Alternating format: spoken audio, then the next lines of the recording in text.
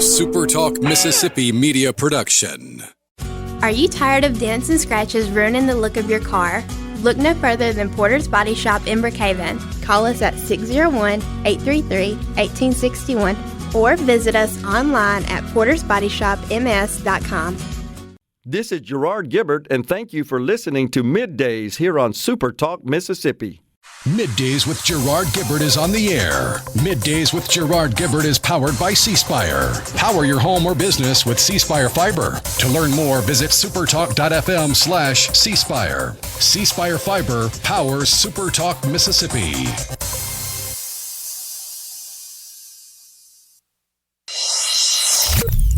Get ready to go beyond the headlines and join a meaningful conversation with people from around the state. You're listening to MidDays with Gerard Gibert here on SuperTalk Mississippi.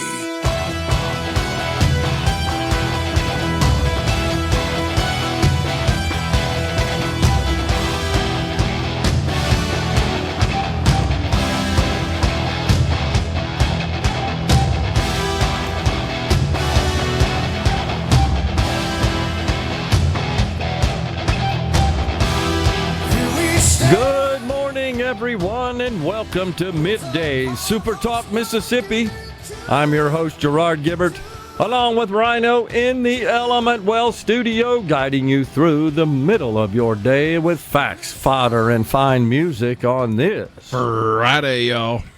All righty, well, we got us a new pope, an American-made pope, first one in our history. That's really something. Still trying to learn more about the Pope. You know, he got significant praise from the president and the vice president. Of course, the vice president is J.D. Vance, is a Catholic, has been since 2017, something like that, converted to Catholicism. But, you know, in the past, this Pope has said some rather disparaging things about the president. I don't think he's as left-leaning as the prior pope. I don't get that feeling. I would categorize him more as a moderate, I guess, as the terminology goes. But we shall see. Catholics the world over are celebrating that we got one, a pope. How many rounds? We were talking about that yesterday. 4 or 5 rounds total, I think, huh? I never went back and checked. I think that's what it was. Rather short deliberation. I mean, 2 days.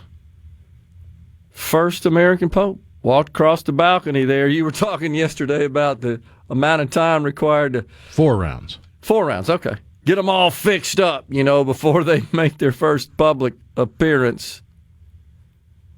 So, what was the guy you wanted because of their name? Pizzeria? Pier Battista Pizzaballa. That'd have been cool. I would say... Well, now he gets to keep his cool name, so I mean... That's true. Doesn't have to assume the papal name.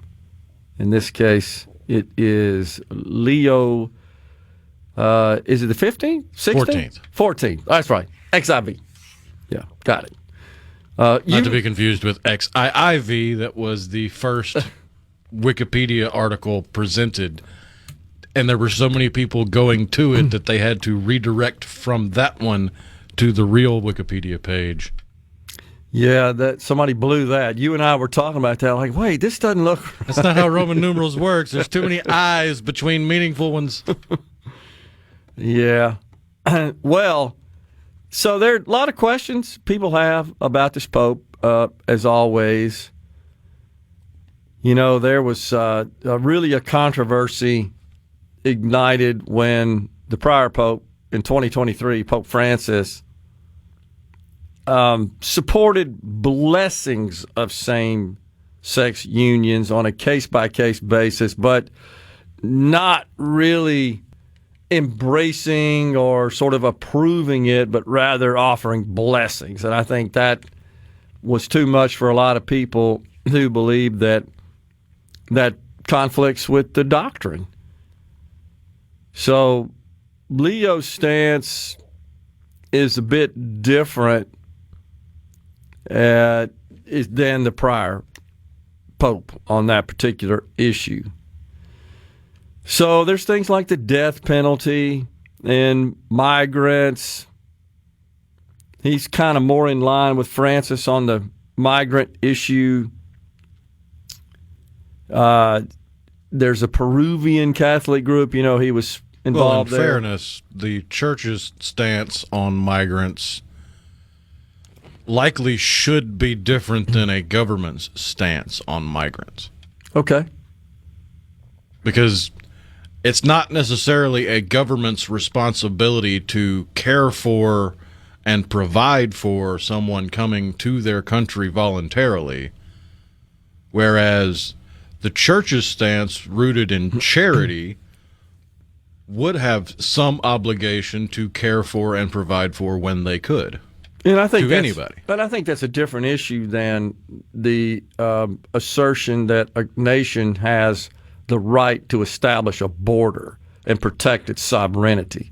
But I agree. I mean, if a human being is truly in need, I think we're called by God to help that person, even if they're an illegal migrant. The question is, should we just have wide open borders and let them in? That's a totally different issue. Right. It's never I agree worked with in you. the history of mankind. Agree. And I completely oppose the prior administration's policies with regard to that. And you'd have to point to that, would you not, as this president's number one accomplishment. I mean, in a very short period of time, that situation evolved dramatically. I mean, what a pivot. I don't have the figures in front of me. All I know is just visually, just from a human emotion census perspective, when you see every day these videos and these images of the border where there's just this massive amount of humanity crossing over freely without impediment. And you look today, it's like nobody's there. You've seen now some reports about all these encampments, these giant tents operated by various government organizations that were placed at the border there to house migrants. Now they're like empty. There's nobody in those things. So that's a major accomplishment by this president. And he told us throughout the campaign, we don't need new laws, because the Democrats kept saying, well, we can't get the border closed because the Republicans won't go along with some dumb law that really didn't close the border. That's why they supported it, by the way. They wouldn't support one that said, we're not letting anybody in. They would vote no on that. And it is kind of funny because nobody goes back and checks, but I'm fairly certain the average number of, well, not even the average, the total number of border crossers in the last, say, month is likely lower than the threshold to shut down the border in their stupid bill. That's true. And that was a threshold for daily crossings. Like, you're thousands a day. Well, once it gets to 3,000 a day, we got to shut the border down. And now you got, 3,000 a month just by saying quit coming. How silly was that? You're not serious about gaining control of the border if you're putting in allotments of illegals. That is just, and what are the chances that even if that would have passed, that we would have seen complete compliance with that law? Zero chance that would have happened. Who's counting? 1, 2, who's doing that? You know how messed up that was. That was chaotic. There wasn't any orderly accounting. Considering how unwilling the left is to tell the truth on anything, you can't expect them to want to tell the truth on the numbers. Well, that's what we got. And look, I think to a great extent they lost the election because of that. Even people that typically vote Democrat said, this is crazy, because it started to hit home. It got so widespread. It ballooned. Wait, you mean the American people got tired of being told, no, Biden's totally fine behind closed doors. He's doing cartwheels and doing calculus and running circles around the interns. And now you make me think about him being on The View yesterday. That was a sad deal, him and Dr. Jill Biden. It's not really a good look when you're trying to prove to the world, no, I'm fine. I don't need my handler, my wife, and oh, you asked me a question about whether or not I could do another 4 years? Well, I'm going to ramble off on tangents, and then my wife's going to have to come in and save me. And did you see what she said? Do you think she's telling the truth here? She said, oh, yeah, the people just don't know. You know, even late at night, when I would be laying in bed, my normal routine of reading my book, he's just working away. Like, are you serious? She told the people that on national television yesterday. And, of course, Biden doubled down on what appears to be the only talking point politically the Democrats have, which is identity politics. He said that Kamala Harris got elected because got defeated. Donald Trump got elected because he is a white male or something to that effect, and she's a female, and it just demonstrated the misogyny that exists among the American. He doubled down to that. No regard for the fact that she's horrible, dumb as a bag of hammers, made no sense. I'm fairly certain the demographic breakdown of the vote refutes that point. Oh, exactly right. That's exactly right. But he doubled down again and played the identity politics card and said Donald Trump defeated Kamala Harris because people just wouldn't vote for a woman of color or some garbage like that. They try to explain every issue with identity politics nonsense. Well, today it's Jay Lake, owner of Carter Jewelers, who's going to join us in the last segment of every hour. We're coming right back.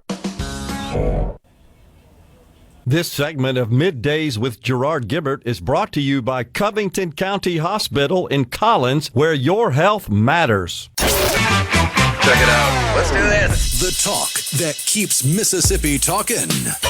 Middays with Gerard Gibert. Let's get on with it. On SuperTalk Mississippi.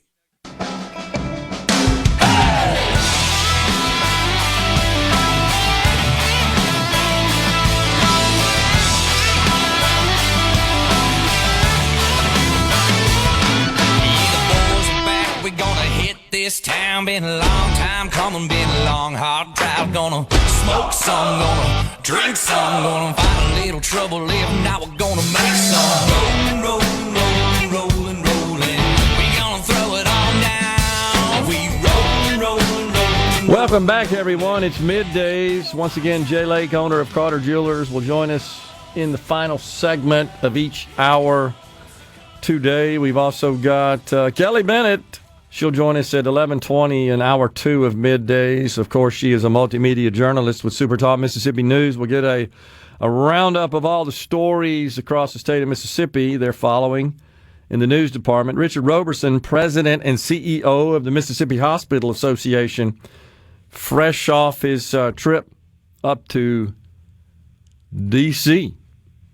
The American Hospital Association conducted their annual meeting last week.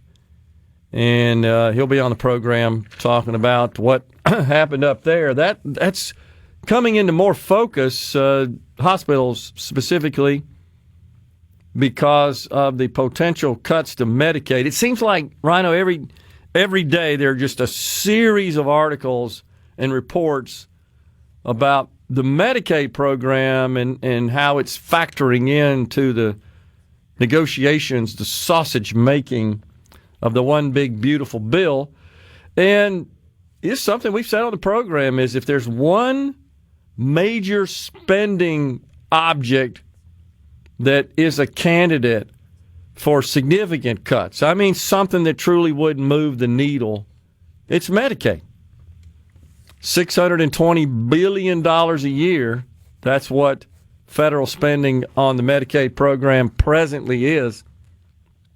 And there are lots of discussions about cuts there, and the Democrats, of course, are wasted no time in going to the American people and saying, the Republicans are going to take away your Medicaid. And unfortunately, there are a lot of Republicans that also represent districts that are highly dependent on Medicaid.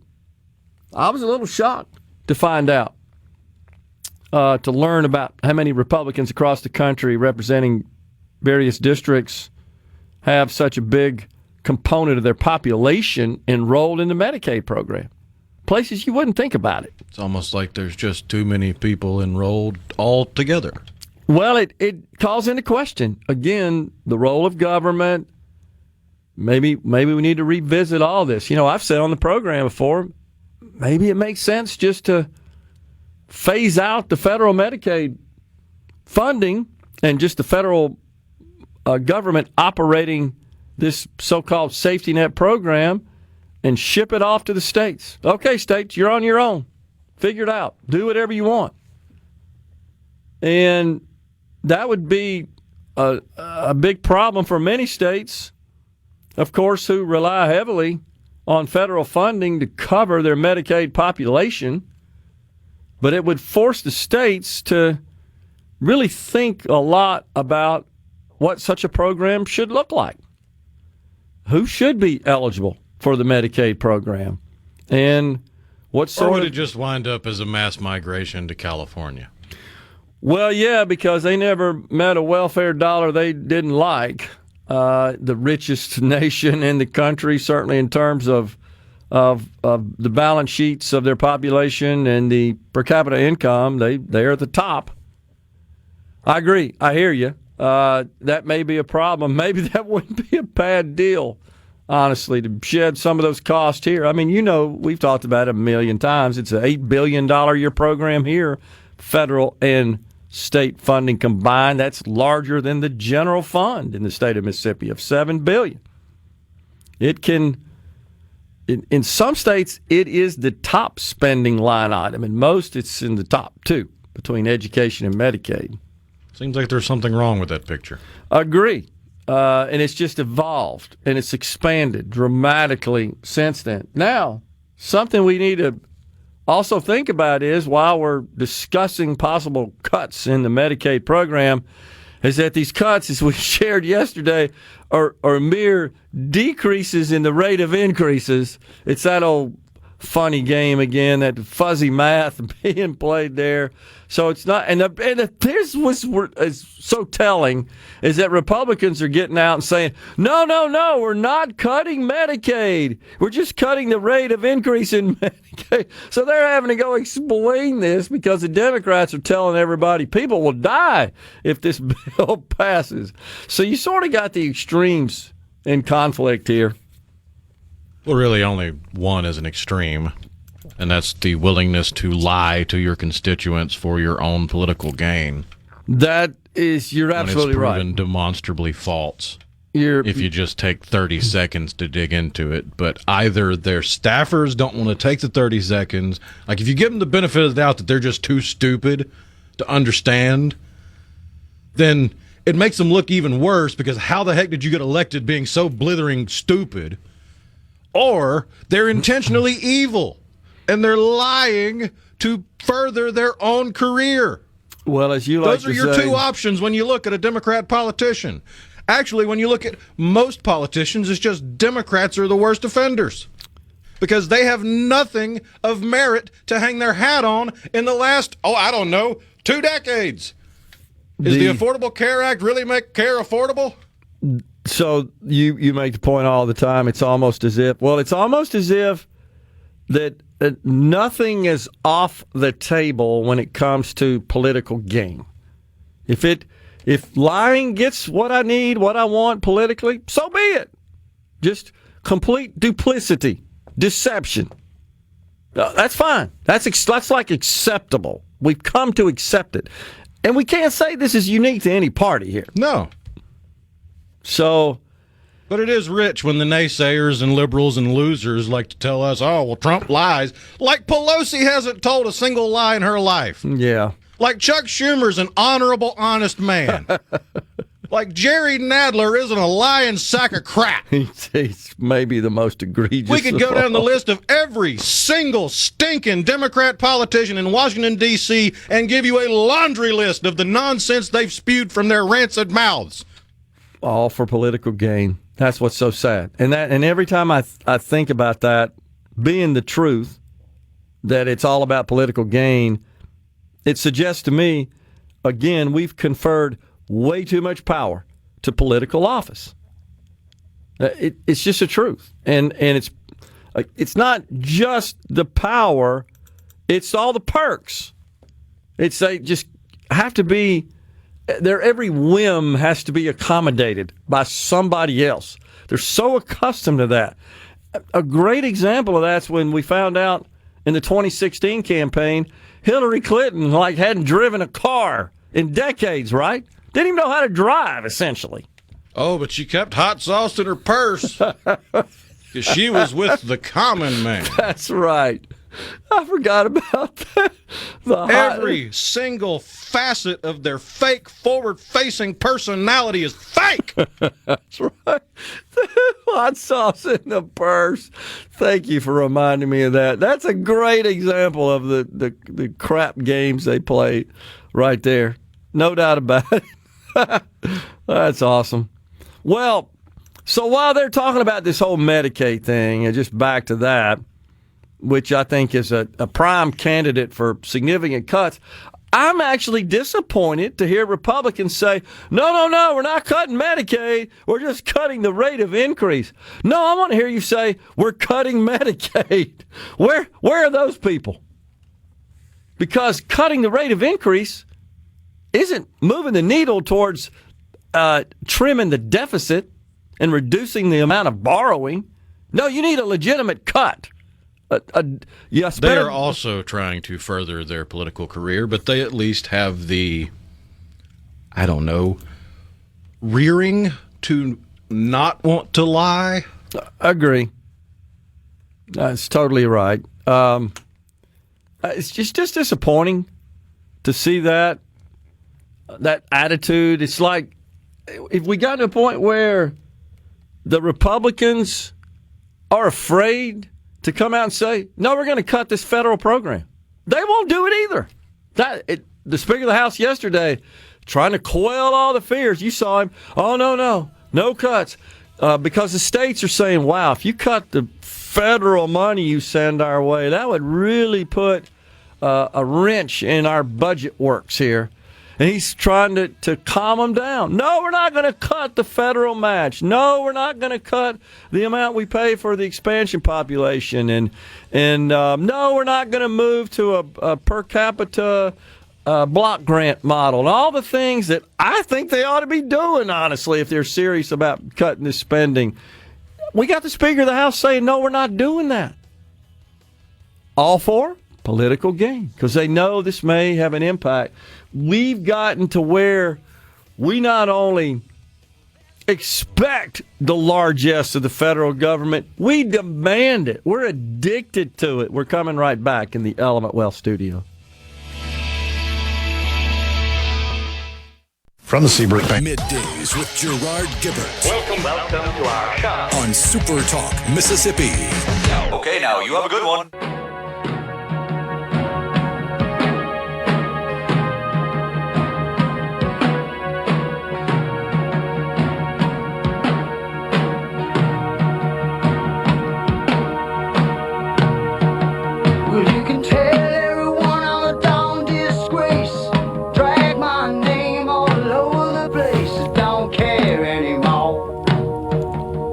Welcome back, everyone. It's Middays. George in Biloxi says, I'm still waiting for a Pope George. There you go, George. So, I don't know, Rhino. I would say this Pope is, I'm going to put him in the moderate category. I would put Francis in the liberal category. I think that's pretty clear. I didn't like, as a practicing Catholic, I didn't want to be lectured about climate change and border from the Pope. The border, to your point, I mean, if it's about just showing godlike human compassion to people who truly do need it and need help from other humans, I'm okay with that. But that's the work of the church and its members. Right, but it's not the obligation of the country and its sovereign borders. That's a separate issue. And in that... It has to be. The liberals will tell you, separation of church and state! Well, that's true. That's the irony of their whole appeal to emotion, is they want you to feel sorry for them as a Christian, but they don't want you to impose any of your Christian values on governance. That's so true. Well, I mean, you could argue, could you not, that the whole concept of redistribution, honestly, and just socialist type policies, I would argue is in conflict with the Bible. And I've used that in speeches before. When you look at some of the passages in the Bible that involve, and we've talked about this on the show before, but there's some examples, some stories, parables, etc., that really, I would say, refute the idea of socialism, and worse yet, communism, Marxism, redistribution. That Jesus defends the right of, for example, employers and employees to negotiate their own agreements for work. They have a right to do that. And by the way, employers have a right to compensate people as they see fit. And government should stay out. And there's an example of that in the Bible, because it's consistent with human nature, common sense. That's why. And most of what you get from some of this leftist ideology is in conflict with human nature. So the idea that a nation can establish a sovereign border and protect it, there's nothing that conflicts with Christian principle about that concept, in my view. Now, if someone truly is in need, I think that we are called by God to help a person truly in need. That doesn't mean, hey, you got problems down there in South America, wherever the heck all these people are coming, come on in. No, that's separate. That's separate. By the way, the people in those countries, they're responsible for taking care of them. You know what the issue is, of course? The people in charge that control the assets, they're all corrupt. They're the ones that are in conflict with Christian principle. That's what caused the dang problem to start with.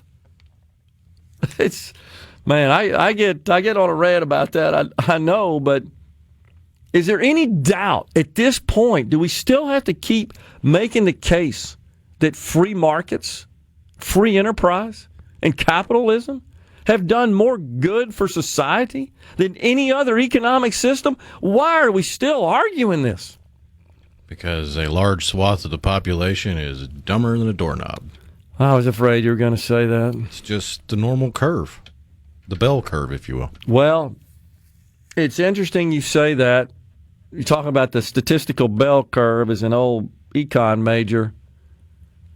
I have often explained wealth inequality. And by the way, I'm not even going to call it inequality from the standpoint that the left always tries to frame it, which is there's something nefarious and something illegal or something just evil going on that caused this wealth inequality. I don't believe that whatsoever. I actually think wealth inequality is good because the best systems, such as free markets, you know what? They're winners and losers. That's what makes everybody better. But when government tries to sweep in and fill the gap of those who lost, rather than helping them climb the ladder and become winners, what we create is what we have today, which is a society of dependency. And that dependency, by the way, think about it. Read between the lines. Analyze deeper. It's not on government. It's on all the other people that are sending their money to government. It's somehow government. And all the future generations that will face the consequences of the debt being piled up so that moochers and lazy people can continue to be moochers and lazy people. Completely true. So what we should be doing, I think about the Medicaid program, for example.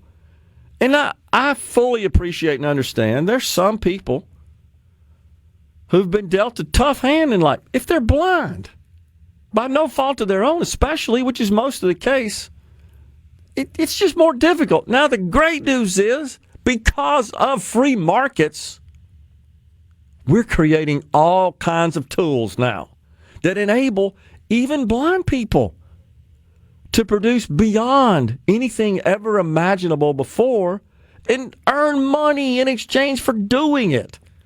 But when government steps in and says, oh, wait, that's our responsibility, free markets, innovators, inventors, producers, you can't encroach on our cushy little gig here. I get power, right? By appearing to be so altruistic. Dude, you're just taking from this group, skimming off the top, and giving it to that group. That's what government is. That's why you got people that have been driving forklifts for longer than I've been alive having to be certified by people who don't know how to turn on a forklift. But they've got the certification saying that they can teach you how to be certified on that forklift. That's such a good point. That's absolutely a good point.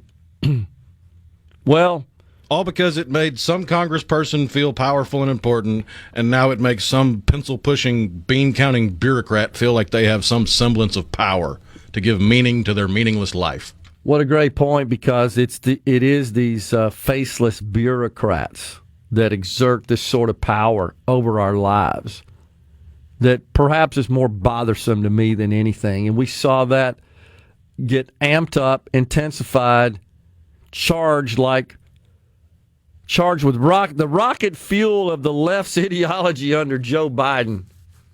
I mean, he really did put all those people in positions of much greater power than they have, such as essentially not defining, but blurring the lines of what a man and a woman is. I mean, how more fundamental can you get than that? What right does a bureaucrat have in doing that? But that's exactly what happened with the Title IX crap.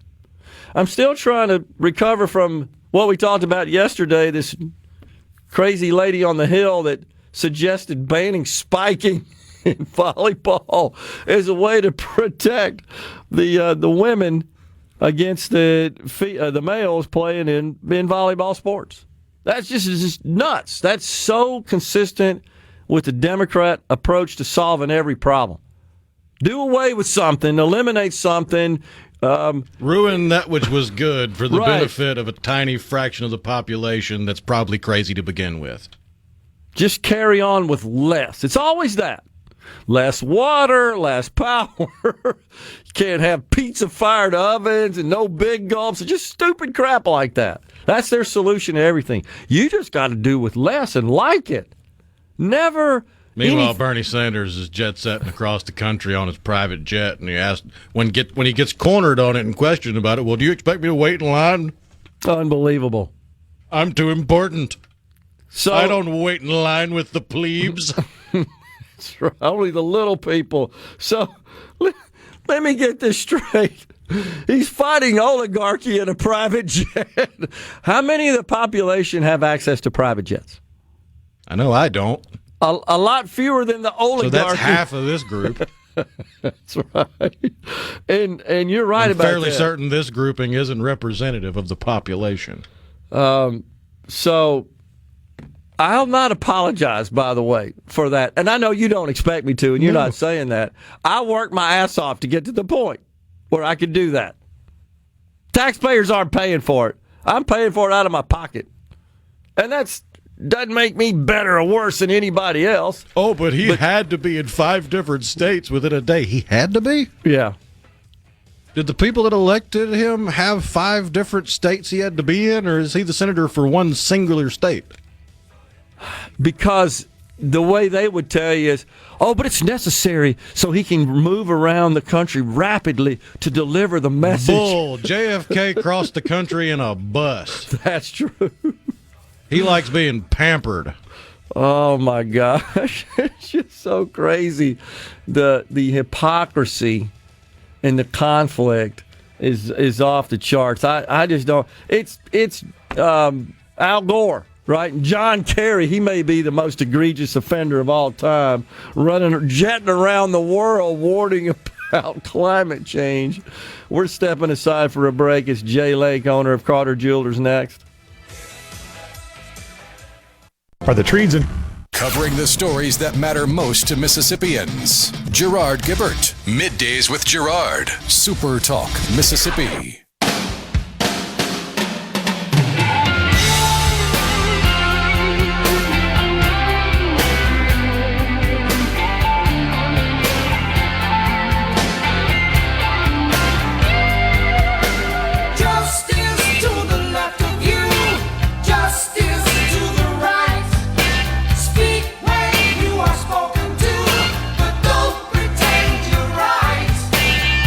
back, everyone. It is middays from the Element Wealth Studio. We welcome in now Jay Lake, the owner of Carter Jewelers. All right, tell us what's going on, Jay. We got Mother's Day coming up.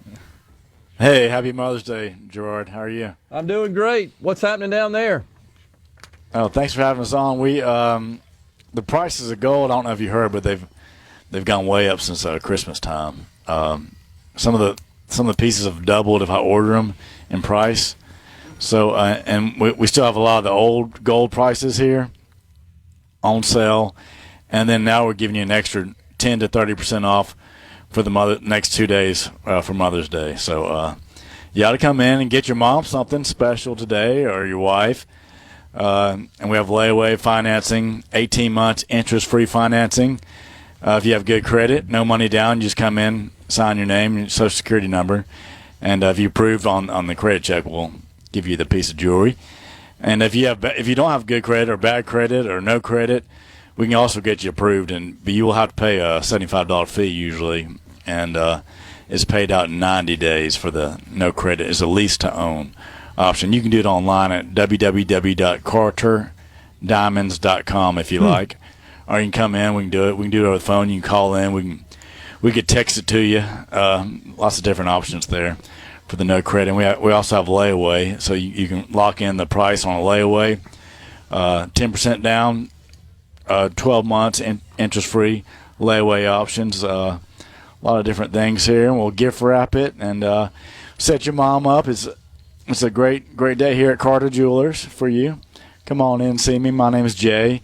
We got a good staff here, and we can size everything. We have a jeweler, and we're about to have a watchmaker come in this weekend, and we can get your batteries fixed and your watches fixed, your jewelry fixed. Full service jewelry store here. So what's popular this year, Jay? Well, lately we've been selling a lot of engagement rings. Gold. We selling a lot of gold chains, some earrings, wedding bands, and a few tennis bracelets. One mom, she bought a tennis bracelet yesterday for herself right after her daughter bought her a nice cross. So they just everybody has something different that that they don't have. I would just ask your wife or your mom, hey, what is there anything you like from Carter Jewelers? Maybe some diamond stud earrings, or I've always wanted a tennis bracelet. Something that they've never had, or maybe some pearl earrings. We got it all. You finding that jewelry is still popular as a gift for Mother's Day? Absolutely, especially for people that has spent a lot of time with their mom growing up, or that have close relationships with their mom. People come in, their moms do a lot for people, and this is what they said the least that they can do for their mother is just get them a nice piece of jewelry for them to wear for the rest of their lives, and pass down. Their daughter can have it after passed down from generation to generation. It's an heirloom piece. It's really special. Get a piece from Carter Jewelers.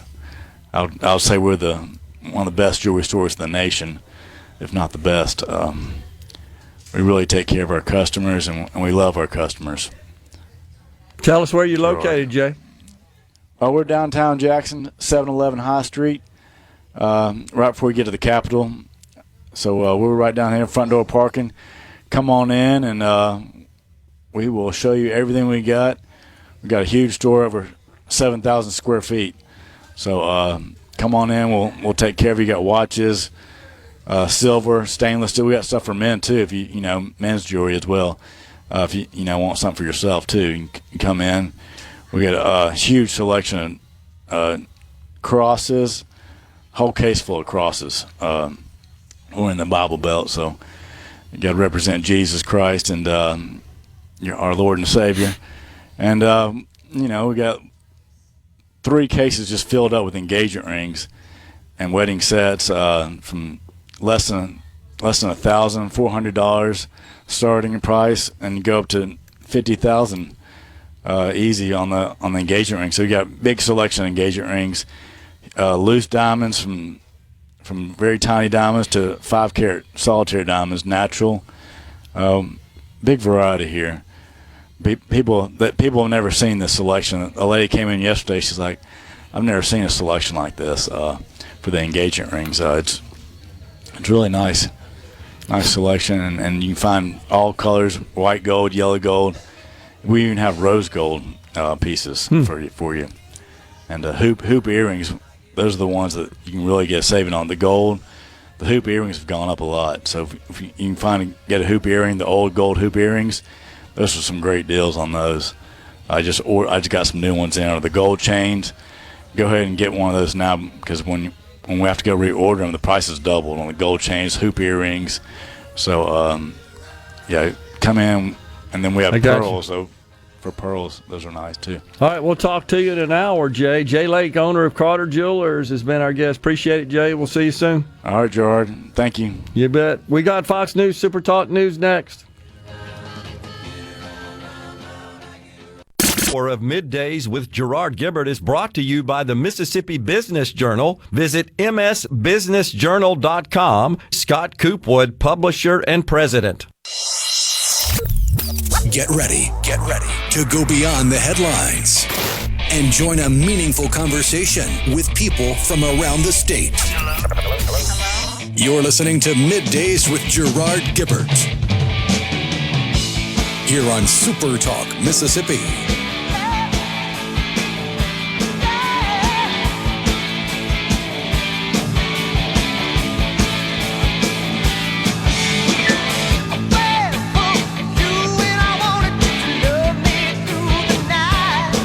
Welcome back, everyone. Hour 2 of Middays is now live from the Element Wealth studio on this Friday, y'all. Go to myelementwealth.com or call 601-957-6006 to let Element Wealth help you find your balance between income growth and guarantees. You need to be putting together a plan if you're thinking about retirement.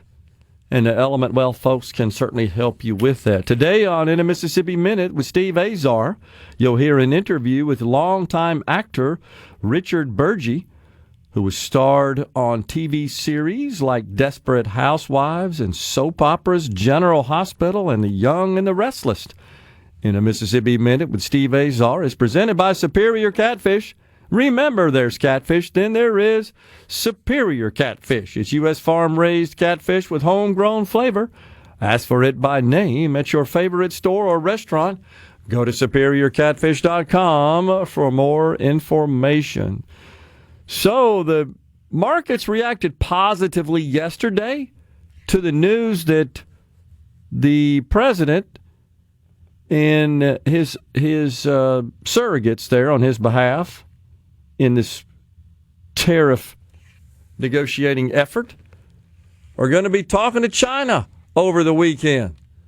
But in classic Chinese style, I guess they're not happy, Rhino, about the fact that China has indicated, at least that's what our government's telling us, an interest in coming to the table and cutting a deal.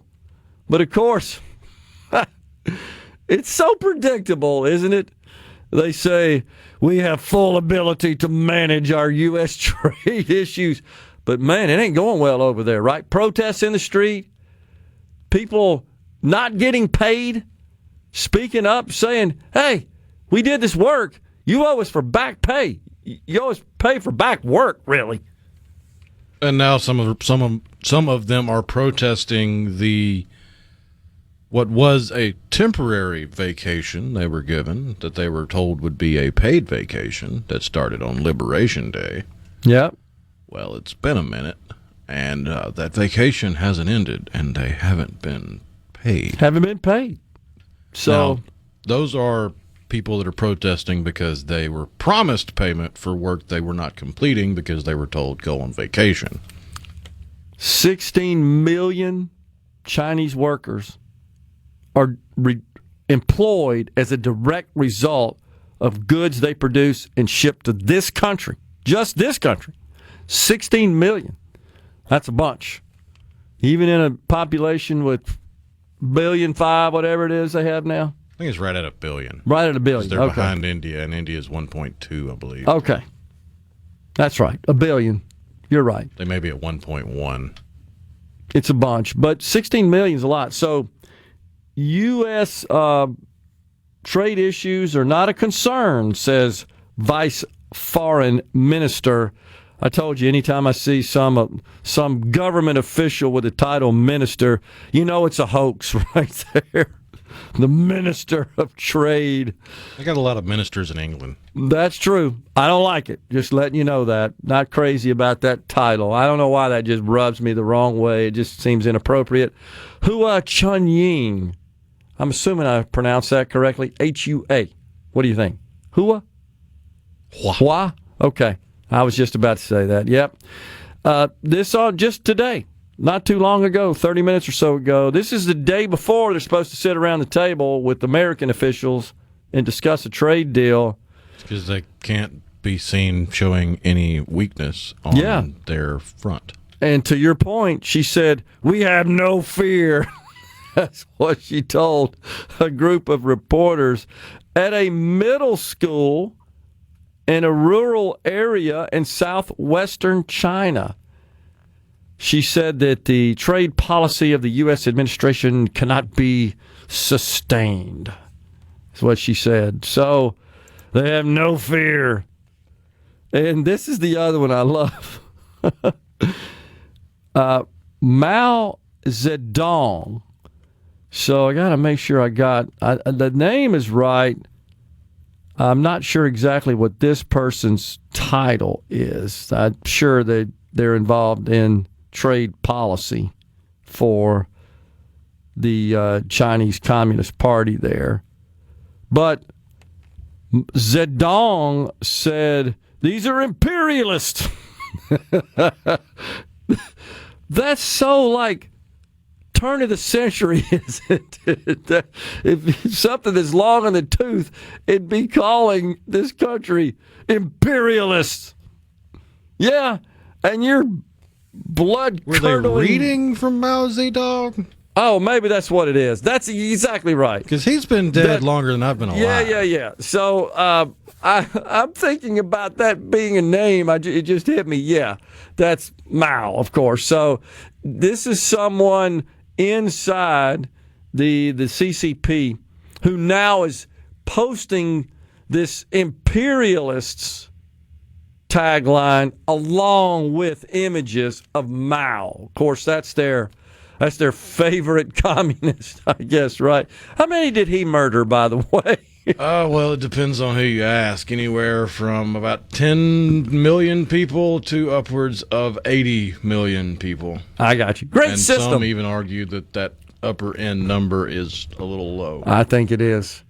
There's just really no way to go above that number because, well, it's hard to get factual information out of mainland China. They're so humane, though, the communists, of course. Well, I mean, you look at any graph of any metric involving demographic breakdown, socioeconomic breakdown, whatever you want to look at coming from mainland China, and the second things start going south, they just stop reporting. That's absolutely true. That's what happens when the government owns the media and all communications. I mean, these are government reports. They willingly would give you the reports on their birth rate, their average annual income, their GDP per capita. The government would put out reports on that in the 2000s. Good luck finding any updates because all those went in the tank in the last recession and they stopped updating them. Well, Beijing says that capitulation to bullies is dangerous and it wouldn't back down. What about to murderers? How about that? Oh, gosh. So pay no attention to the re-education camps. That's right. The beatings Human will rights continue. violations. We literally welded people into their apartments because of a disease we sprung on the world. Just don't look at all that. Pay no attention to the man behind the curtain. You know, there was a time when there truly was a sharp contrast between people in this country and people in communist China, or really the USSR when it was full-blown communist. Remember it well. 50s, 60s, 70s, into the 80s. But now we have people in this country that enjoy all of the rights and privileges and benefits of living in a free society under a capitalistic economy that want to be like them. That's what's really disturbing, that there are people in this country that think that's better. And even those people are one of two things, either naive or willfully ignorant. Maybe a little both. Either they've never been exposed to the truth, or they have and they choose to keep the blinders on. What further bothers, though, and just exacerbates the situation is how popular this ideology is on college campuses, where there are honestly worthless professors that could not function outside that protected tenure bubble that are indoctrinating young people with this garbage. That's what really concerns. And then the next thing you know, they show up and they're communists. I mean, it's crazy. And so we're raising good little blue pajama communists right there on our college campuses. This isn't anything new. This has been going on. Now, fortunately, most of them come to their senses and realize that they've been had. They've been duped. But it's sad that that's going on in this country, that they are easily and happily enjoy all the freedoms and honestly all the riches that they have as a result of being a citizen of this country or living in this country, even for non-citizens. Yet they tend to seek this system, and they show a desire to convert our system to this one. I just can't even wrap my head around it, honestly. We're going to step away for a break right now. When we come back, it's Kelly Bennett, multimedia journalist, SuperTalk Mississippi News.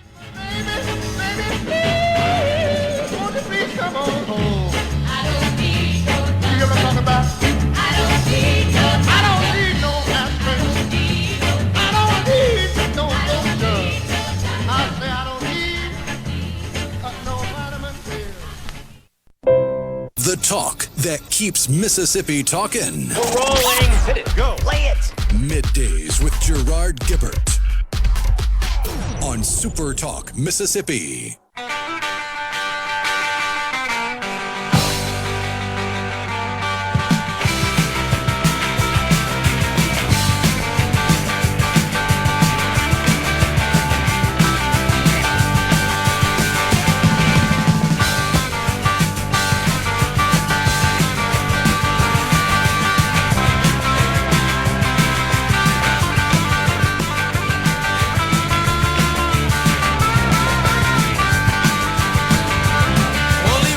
Welcome back, everyone. It's Middays. We are coming at you live from the Element Wealth Studio. It's our pleasure to welcome now Kelly Bennett, multimedia journalist, SuperTalk Mississippi News.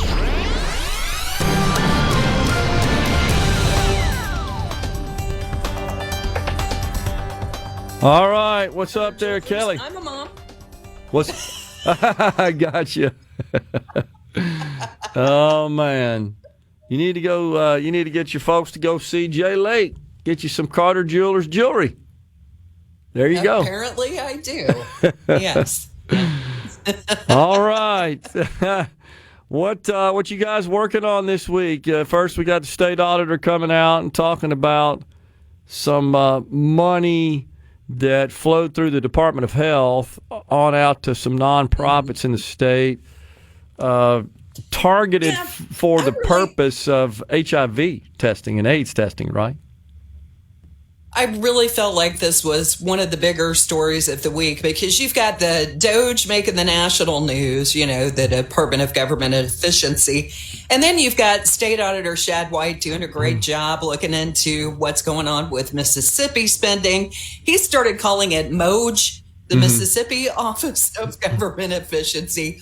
But this story did come out this week where every year the State Department of Health is charged with sending millions of federal dollars to state agencies, and then those agencies pass that money on to nonprofits. Well, the auditor's office released a report on Monday that shows 3 of these organizations received more than $853,000 over the past 5 years. Like you said, that money was supposed to be used to help decrease HIV and AIDS infections. During that time, guess how many HIV IV tests were administered? 35.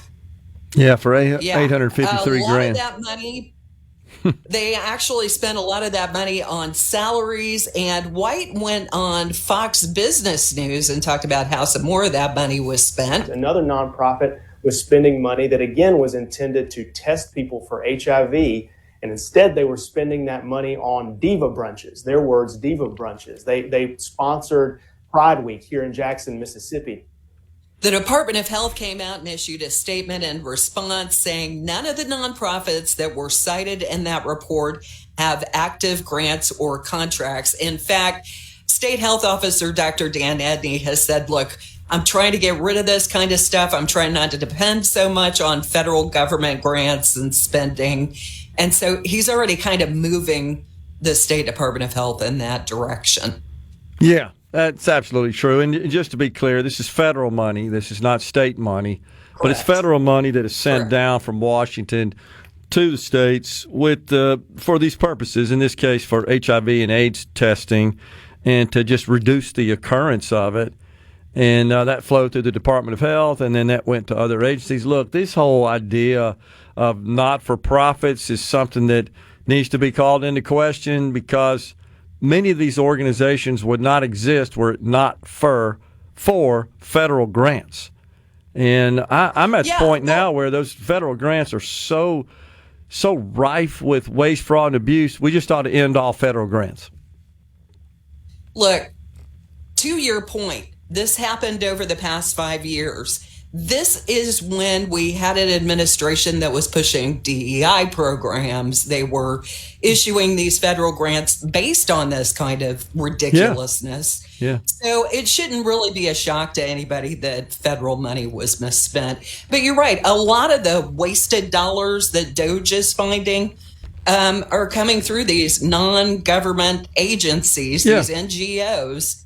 And that's where they're finding most of this fraud, waste, and abuse. Yeah, they stand them up for the express purpose of securing a grant to pay salaries and do other crazy things like diva lunches. It's not about really solving any problems for the American people. I get on my soapbox on this. I really am at the point where let's just end all federal grants, because they're just big slush funds. That's all they are. Well, there are some important ones out there like cancer research and that kind of thing. So why do we need the government doing that? Well, and then that's where the argument comes in between, look, this is already taking place in some states that are pushing this. They've already, it's a big mess, Gerard. You're right. I think the interesting argument is, do we just cut everything and start over, or do we really need to go through everything that's already happening with a fine-tooth comb and decide which programs really benefit taxpayers and which ones don't? Well, I'll just remind everybody again that 46 cents of every dollar that comes out of Washington is borrowed. So the idea that we're issuing grants and going into debt to fund those grants is fiscal insanity, in my view. So I think we need to worry about the protecting the nation and keeping airplanes from falling out of the sky before we start issuing all these grants for this crazy stuff. So I'm sorry to get on my soapbox there. You're going to hate this next story then, because I know. President Trump is considering eliminating FEMA. He is suggesting that sending relief funds directly to states in need instead of relying on the agency to distribute this aid is really the way to go. And Homeland Security Secretary Kristi Noem highlighted some bureaucratic challenges within FEMA in a House Appropriations Subcommittee hearing this week. We have fire claims that are still unpaid to people who said they were due them 7 to 8 to 10 years old. They have never been paid by FEMA. 18 tornadoes ravaged Mississippi March 14th and 15th. Walthall County took the brunt of the hit on that one. MEMA Director Stephen McCraney is expecting the White House to approve a request for federal aid. That declaration request on March 14, 15 is a solid major declaration request from the governor of the state of Mississippi to the president of the United States. And I'm waiting for the phone call any minute for someone to tell me I've got that declaration. So there you go. Same kind of issue, different story. Yep, no doubt. The redistricting plan, this is a big one that just happened this week. It got approved. Tell us about that. A federal panel of judges accepted the Mississippi State Board of Election Commissioners' reconfigured plan for 5 legislative voting districts in DeSoto County this week. They were originally ordered by the court to redraw 15 voting districts in DeSoto County, Chickasaw County, and in the Hattiesburg area in order to more accurately reflect the area's voting population.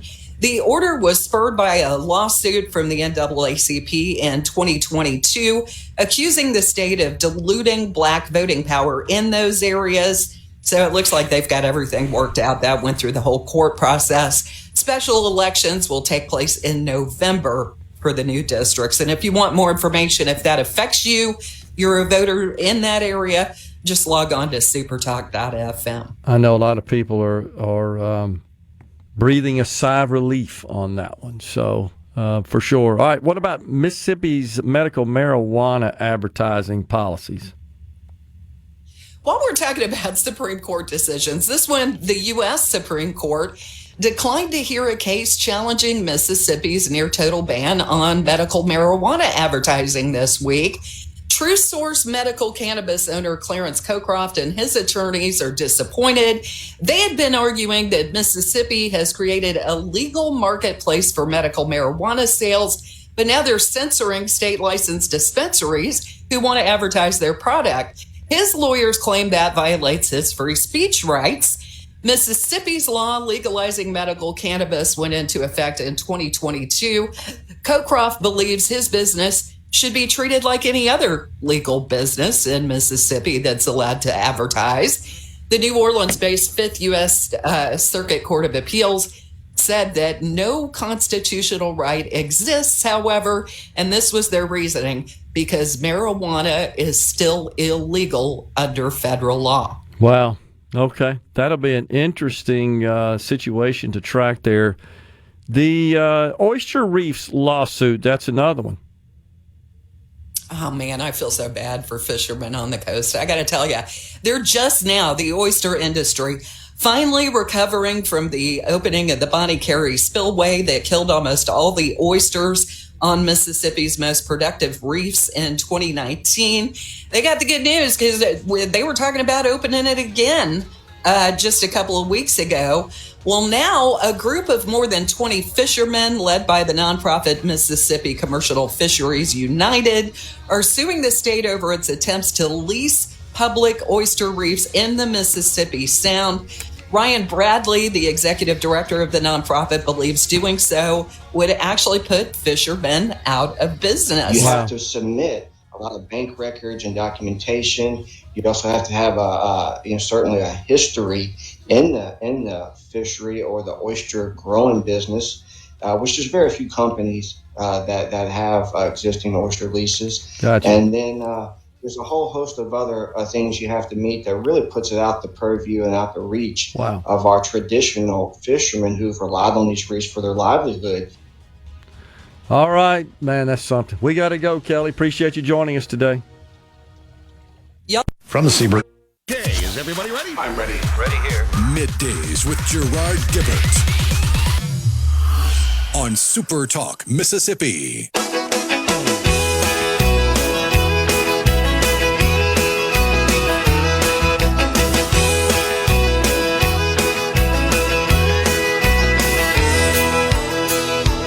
Have a little love on a little honeymoon. You got a little dish and you got a little spoon. A little bitty house and a little bitty yard. A little bitty dog and a little bitty car. But it's alright to be a little bitty.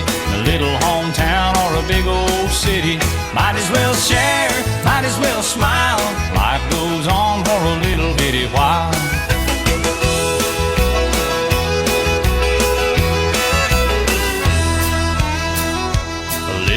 Welcome back, everyone. It is Middays. And we are coming at you live in the Element Wealth studio. We appreciate you joining us today on the C Spire text line, talking about the new Pope, Pope Leo, the 14th. I'd say his views on migrants align with Jesus, not the previous Pope. Yeah, so I think Rhino hit the nail on the head. There's a nuanced distinction between migrants and the right of a nation to assert its sovereignty and control its border. Those are two different issues, in my view.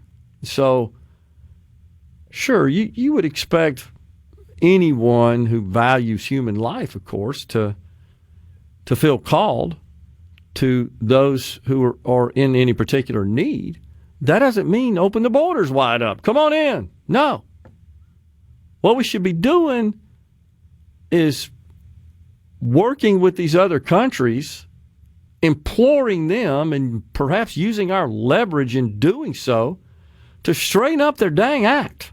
Because it's their corruption, honestly, that led to such widespread, deplorable conditions, living conditions, and poverty. That is the good deal of the reason they seek residence in this country. So, you know this, Rhino. They come over here, many of them illegal. They get paid under the table, lower than minimum wage. That's like more money than they could ever hope to earn in their countries. Of course, that's why they come here. And we Americans consume what they produce at a very low rate. So, and that's not rationalizing or justifying open borders. I'm just explaining the cause of it. And that's because in these other countries, it's so brutally dang corrupt. There just is no opportunity. This is where opportunity exists. In spite of all our corruption, we still have more than all the other nations.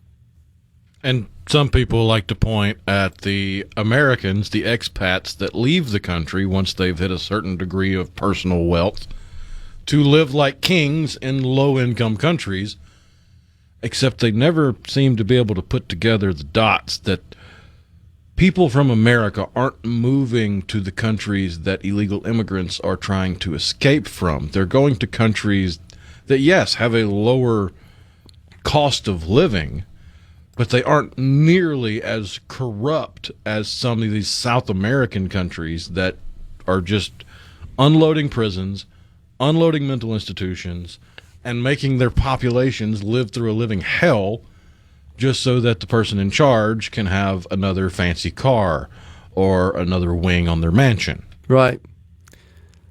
And that's such a good contrast because that's exactly what's going on. But in spite of all our problems, all our warts, all our issues and challenges, still orders of magnitude better than everywhere else. That doesn't mean we should stop, right, our efforts to make things better and root out all the graft and corruption. Absolutely we should. Because that, in effect, is also putting people down in this country.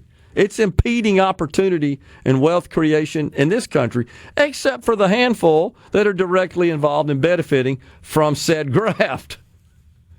Speaking of which, Terry in Boca Chica says, if Joe Biden can go on The View and talk shows, why can't he stand trial for numerous violations of the law?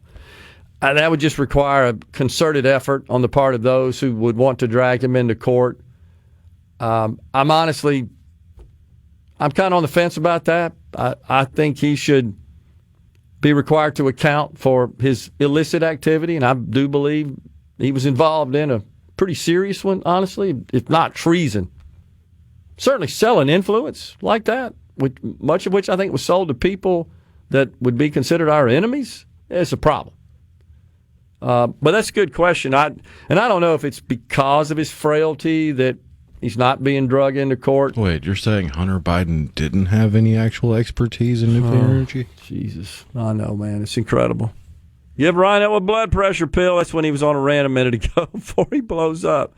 What is the name of the government program people sign up for at age 65? That would be Medicare. That would be the health insurance program for seniors. Don't forget about Adam Schiff talking about the corrupt folks involved in all kinds of crazy stuff. This is a good one. I'm glad somebody brought this up. Somebody asked me about this. Don't you also have to start your Social Security within a certain time frame from when you turn 65? Or you wind up with a penalty? Yeah, but you can if you don't let them know you're retired. 70 is the cutoff. Yeah, 70 is the it may be 70 and a half. I think it actually depends on perhaps when your date of birth was. I hadn't looked at that chart. I just know lately, there's a period of time where if you don't get in touch with them, they get really mad. Yeah, I mean, they bombard you with all kinds of notifications because they got your age, obviously, for you to sign up for the benefits. So this is a question that's come up a lot, Rhino. I had this one come up yesterday at a breakfast and this morning. Why did our senators vote against DOGE? So this is another situation that first requires some explanation and nuance. Secondly, I encourage you folks, don't take it face value. I know this is crazy, everything you see on social media. You might be surprised to find out a lot of that's just garbage and inaccurate, but it gets viral. So you probably if it comes from social media like Facebook. That's right. It's probably worse on Facebook. Facebook doesn't really have the quote-unquote fact checkers anymore, and they have no crowdsourcing way of verifying information like, say, Twitter does with their community notes. That's right. Now, Zuckerberg had suggested that, but never a crowdsourcing fact-checking mechanism, but never really followed through. So there are 26 Republicans. You've seen the meme that they voted against codifying the DOGE cuts. That's actually not what happened. What they voted against was an amendment that would have codified specific cuts to foreign aid, and it's true, there are 26 senators, including both of Mississippi's senators, who did vote against that amendment that was added to the big budget negotiations going up there on the Hill. The reason they voted against it, and this is just another, I guess, example, Rhino, of why I'm souring on this. Not that I've ever been a big fan, but souring on the idea of grants. Because the reason they voted against this amendment is because the grants within these programs where there's assistance that flows to outside of the country, to foreign countries, includes food. And so the grants actually purchase American-produced agricultural products that are then shipped overseas. And these senators voted against it because it would negatively affect American farmers. And that's because our fabulous technology and innovation that we've enjoyed in this country over the last several decades in agricultural production just produces more than we can eat, than we can consume domestically. And we rely heavily on foreign markets to buy the yields, the output of our fabulous farmers, including right here in the state of Mississippi. You've heard Mike McCormick and the commissioner, Andy Gibson, discuss that before on the program. So that's why. So it's not quite what the meme suggests. Much of what DOGE's cut was actually in arrears. It was just stopping stuff that happened a while back. Unfortunately, Elon Musk has trimmed that down from $2 trillion to $1 trillion, now $160 billion, and calling it a day. Says that's it. And much of that won't get implemented. A lot of it will, there's no doubt. But this is a little different situation, I would say, than funding Queer Sesame Street in Iran or whatever the hell. Remember that crazy deal that was exposed like early on? And a lot of other just nutcase, crazy, woke ideology purposes. Which, by the way, those on the left would say, oh, yeah, that's needed. Just like the discussion we were just having with Kelly about the grants to the state for HIV testing, but we're having diva lunches. You know this. There's a bunch of people that say, well, that's important. We got to have diva lunches. They would put that. And those people are not serious people and should not be put in charge of any amount of taxpayer dollars, let alone large amounts of Completely taxpayer agree. dollars. But that's unfortunately the situation we're dealing with in the country. So, yeah, a bunch of children walking around in adult bodies, but they have the mindset, the personality, and the intelligence of teenagers. Unbelievable. It's incredible that they're in charge of anything, honestly. But they're still hammering out the one big beautiful bill. It looks to me like it's going to continue to produce significant deficits. $2 trillion a year is what kind of the run rate looks like over the next 10 years based on what they're talking about now. Jay Lake of Carter Jewelers is next. Polyup Middays with Gerard. Good for America. Good for fans of justice and truth. Good for us. SuperTalk Mississippi. This is what we stand for.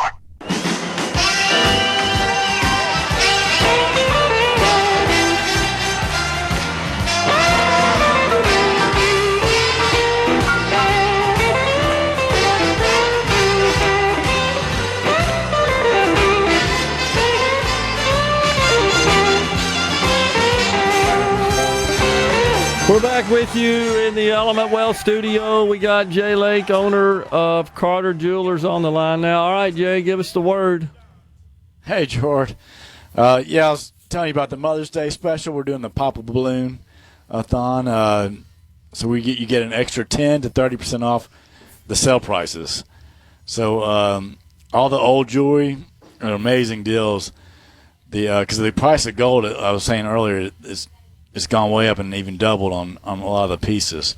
So the next 2 days you get an additional 10 to 30% off of the sale prices. So it's great deals when we have financing, 18 months interest-free financing on approved credit.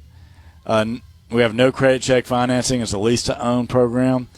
And you can come in, get it on our website, www.carterdiamonds.com, or we can text it to you, and we did it over the phone yesterday, and it's really easy to do. And on that one, you got 90 days to do it, and it's a $75 fee to get it done on the lease-to-own, no credit check.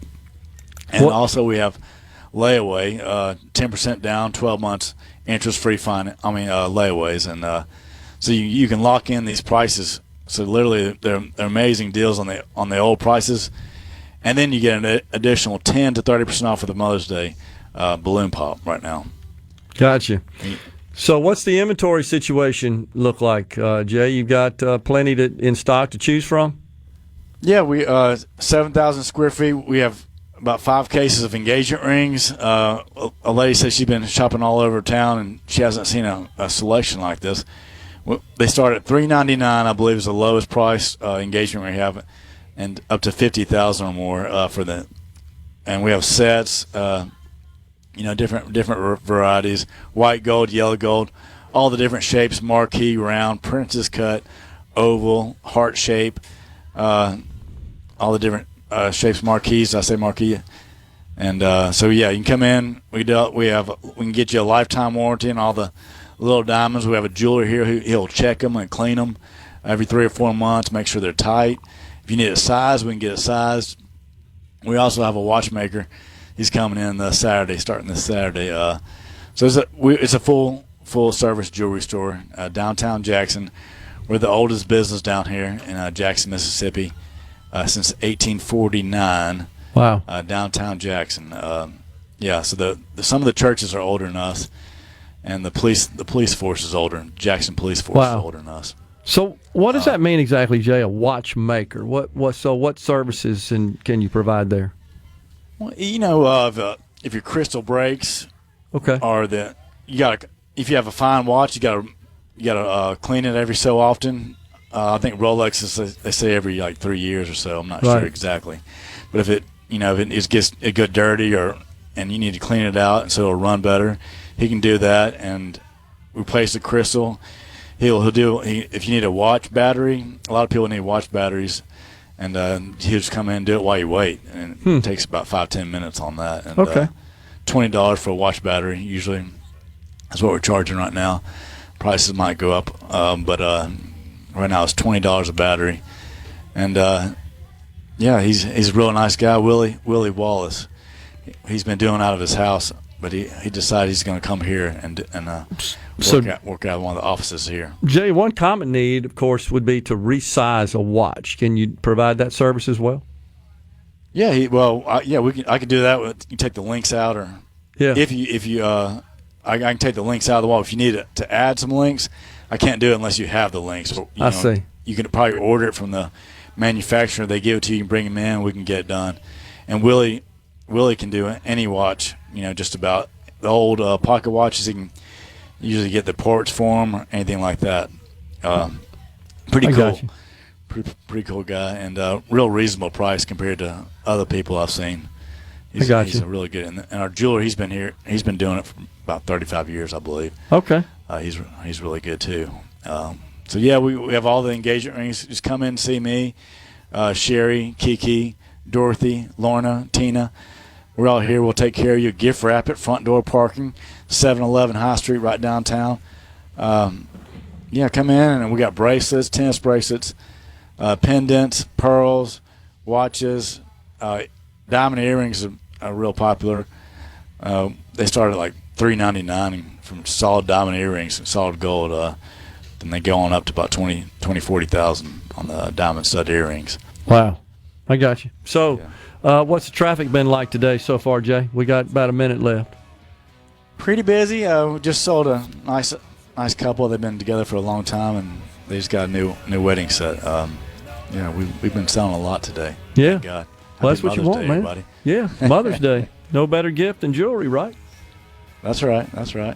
All right. We appreciate you, Jay. Heirlooms. We'll check in with you in about an hour for the final Gerard. segment of Middays today. Thank you, Jay. Appreciate it. Well, Live from thank you so Carter much. Jewelers, downtown Jackson. We're coming right back, folks, after Fox News and SuperTalk News with Richard Roberson, President and CEO of the Mississippi Hospital Association.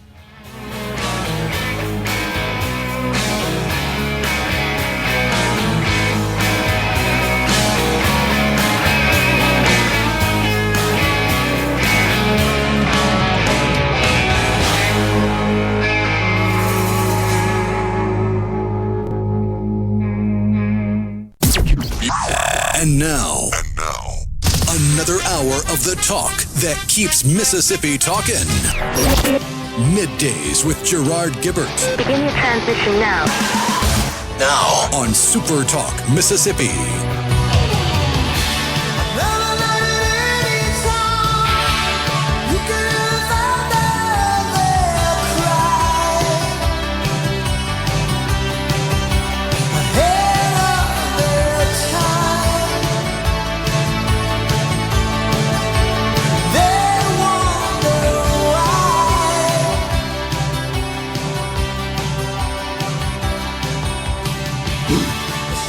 Welcome back, everyone. It is hour 3, the afternoon portion of Middays, coming at you live from the Element Wealth Studio on this Friday, y'all.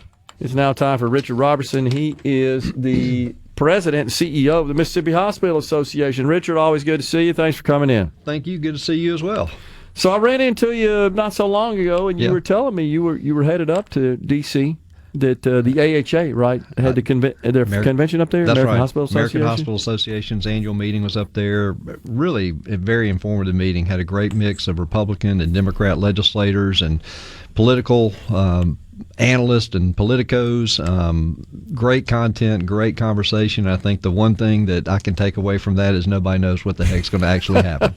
So truer words have never been spoken there. Spent many hours on the plane getting to and fro, and came back with about the same thing that I knew before I left, which is nobody's for sure how this is going to turn out. Yeah, and I think that's what certainly in your industry, but really across the landscape of the country, everybody's kind of waiting to see. Mainly because we're trying to get this budget program worked out. Right. The structure of that's been talked about really since right after the president was elected. We knew this was coming, that finally, hopefully, there's going to be some effort to produce a budget through the 12 standard regular order appropriations bills. But the big thing that's so critical and so important, so pivotal in this particular round of negotiations is that the Trump tax cuts expire at the end of the year, which does have an impact on the healthcare industry. But perhaps the other big issue is the subsidized coverage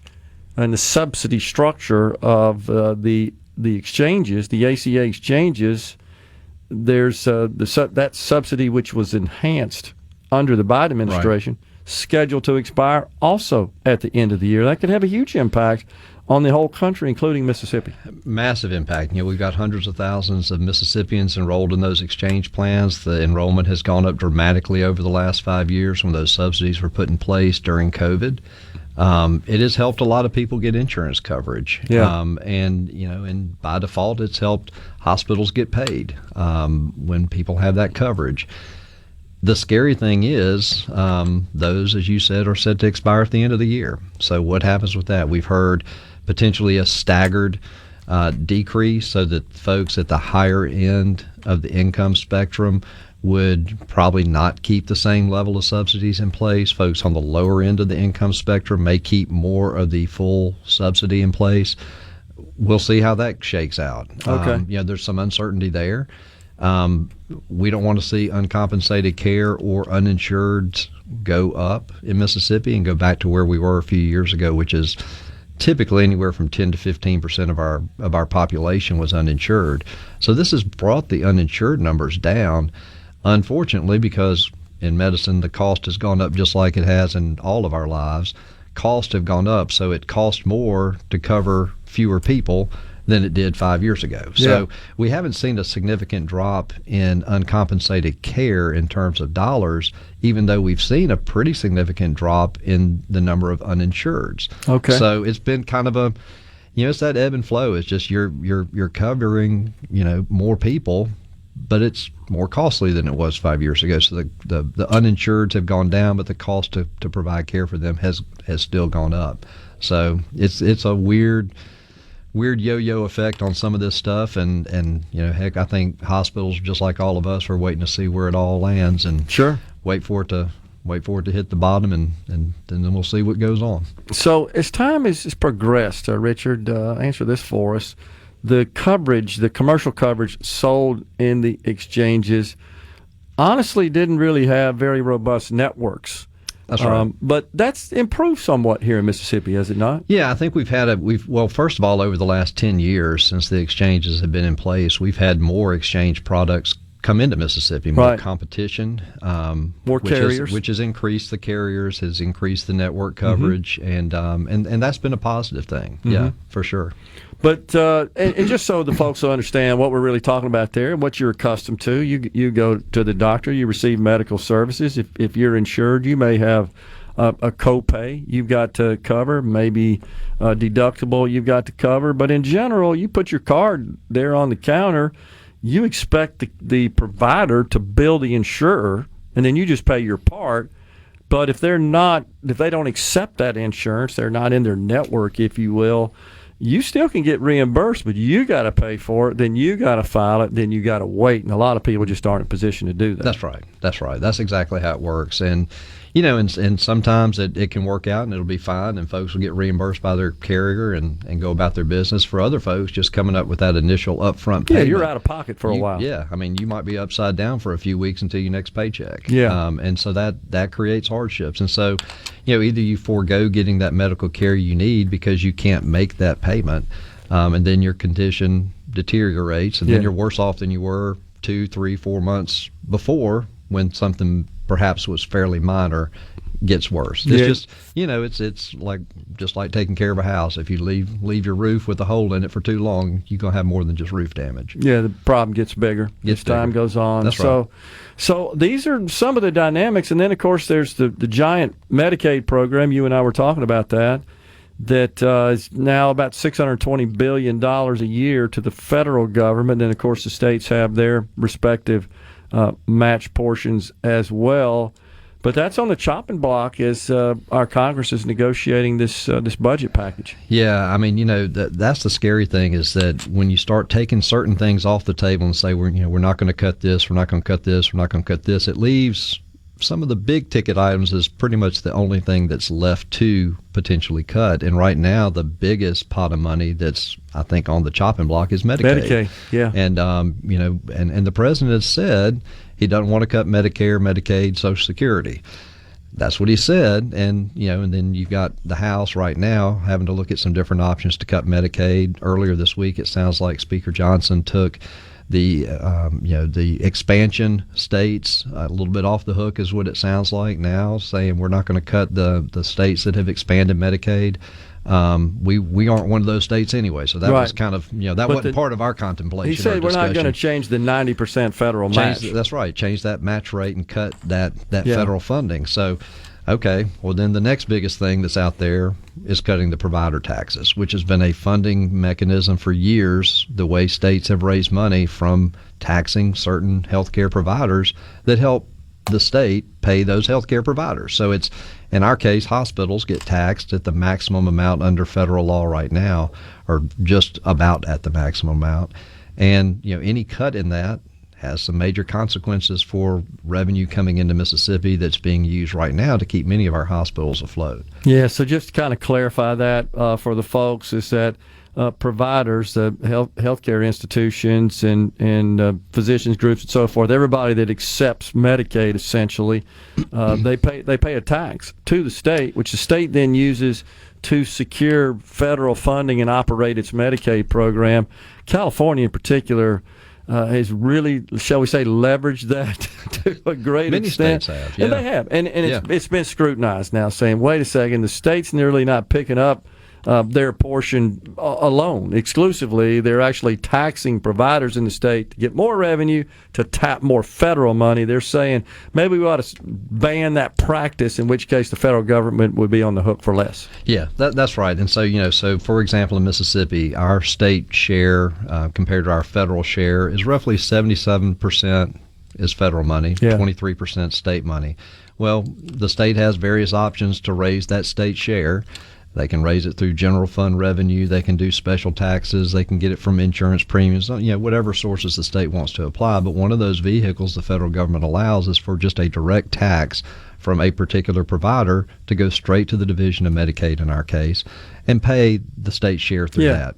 And right now, hospitals are paying roughly $450 million, which is right at that maximum amount that we can pay. Well, that helps draw down about $1.8 billion in federal funds and state funds when it's all matched. And I mean, that's a significant amount of money. So what we've estimated is if you just reduce it from 6% ceiling to a 5% ceiling on that provider tax, the cumulative effect, state and federal dollars combined, could be about $300 million being taken out of the hospital programs. I see. Nursing homes are also another taxable group. They're paying that 6% tax as well.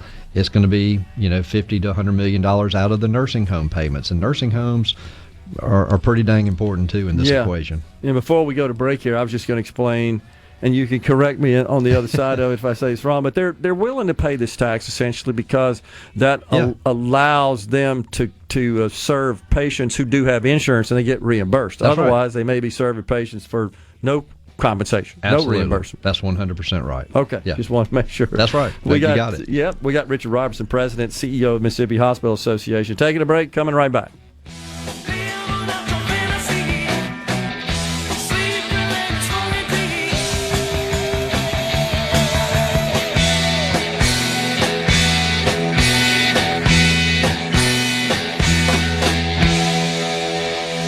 At Carter Jewelers, we're having our spring clearance sale store-wide, where our sale prices are untouchable, with extreme discounts up to 70% off and more. In addition to the best clearance prices ever, Carter Jewelers has also got the biggest and most beautiful selection of fine jewelry in the region, including all fine diamond, gold, platinum, loose diamonds, and even our estate jewelry is all included in Carter Jewelers' store-wide clearance sale. Now through Mother's Day, you will win extra discounts off clearance prices with Carter Jewelers' annual Balloon Pop.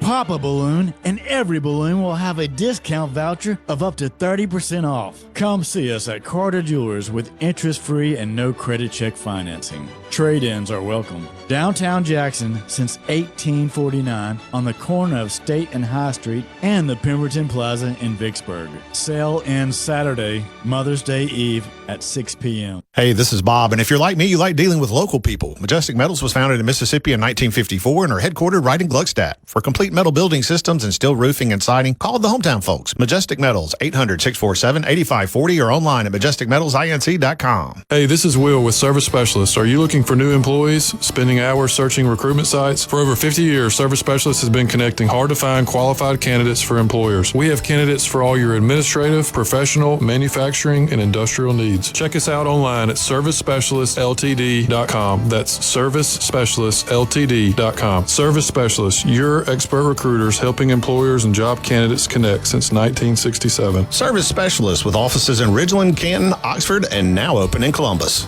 Think for a moment about everything you own. The furniture, closets full of clothing, kids' toys, all that stuff in the garage. Moving to a new location, whether it's across town or across the country, can be stressful on you and on your belongings. That's why you call Two Men in a Truck. They can move a few items from room to room, rearrange furniture, or carefully pack everything and deliver it safely to your new location. When you need friendly, reliable moving services for home or business, call Two Men in a Truck, the movers who care. TwoMenInATruck.com. If you're feeling anxious about your investments with all the economic volatility and chaos in Washington, tune in to SuperTalk Jackson on Wednesdays from 9 to 10 a.m. and Sundays from 8:30 to 9:30 a.m. for Element Wealth Radio with Jeremy Nelson. Learn more at myelementwealth.com. Pure Air Consultants has always been your go-to for reliable and affordable heating and cooling systems, and now we're offering an additional product to avoid the 25 to 30% increase that everyone is talking about. With Day and Night, a Carrier family product, your professionals at Pure Air Consultants can install a reliable heating and cooling system with a 10-year system warranty. Pure Air Consultants and Day and Night, providing ultimate comfort for your home for an affordable price. Call us today for your free quote, 601-939-7420. That's 601-939-7420, or find us online at mypureairconsultants.com. Talking points and no spin, just the truth as we cover the news. That's what you get with me. It's Eric Erickson, weeknights starting at 9 p.m. right here on Super Talk Mississippi. Interrupt this program. Gerard Gibert. Here we go. This is huge. Huge news. Huge news. Huge. You need to listen to this. Middays with Gerard. Super Talk Mississippi.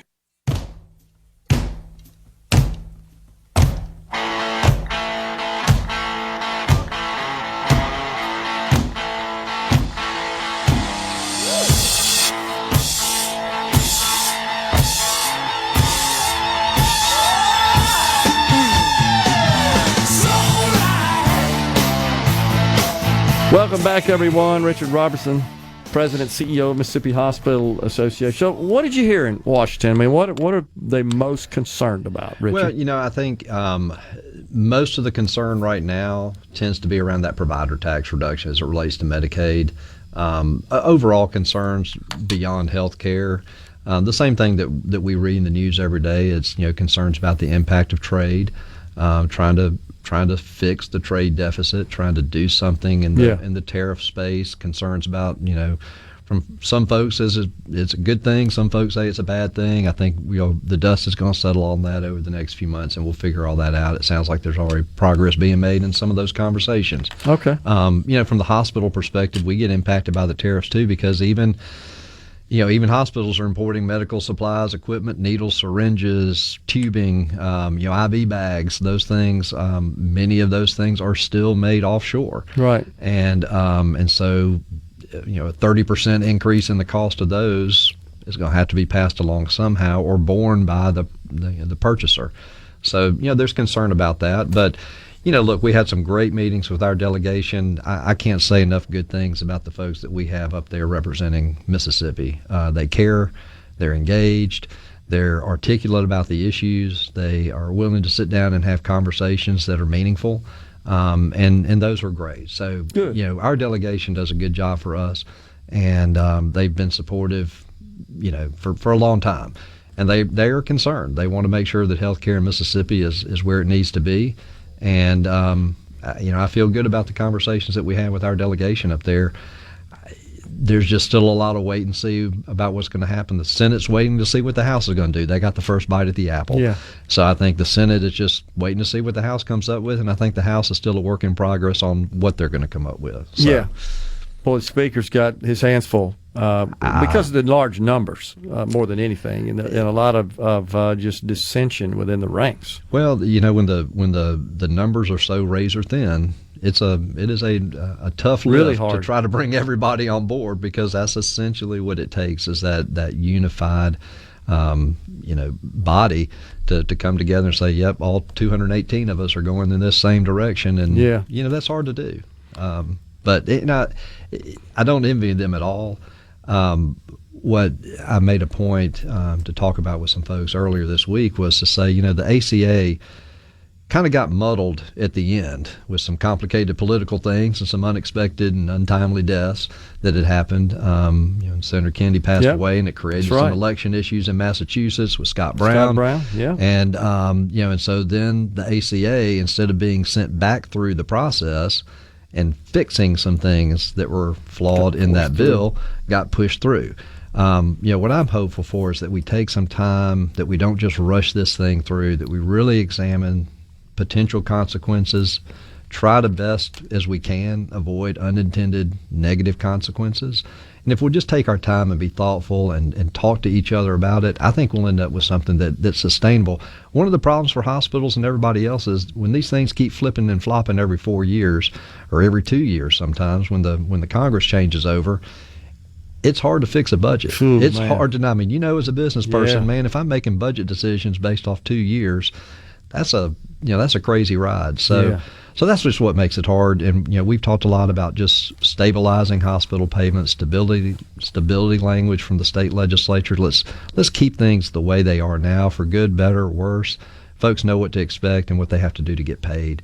That's important. As you're trying to make a budget, as you're trying to hire a physician or a nurse or stand up a new program, let's at least know what I got to do to get paid, and not be changing that every year, every 2 years, or every 4 years. That's really the main thing. Our hospitals, I say it all the time, I've said it on your show, they're the lowest cost in the country. They do a great job holding down cost.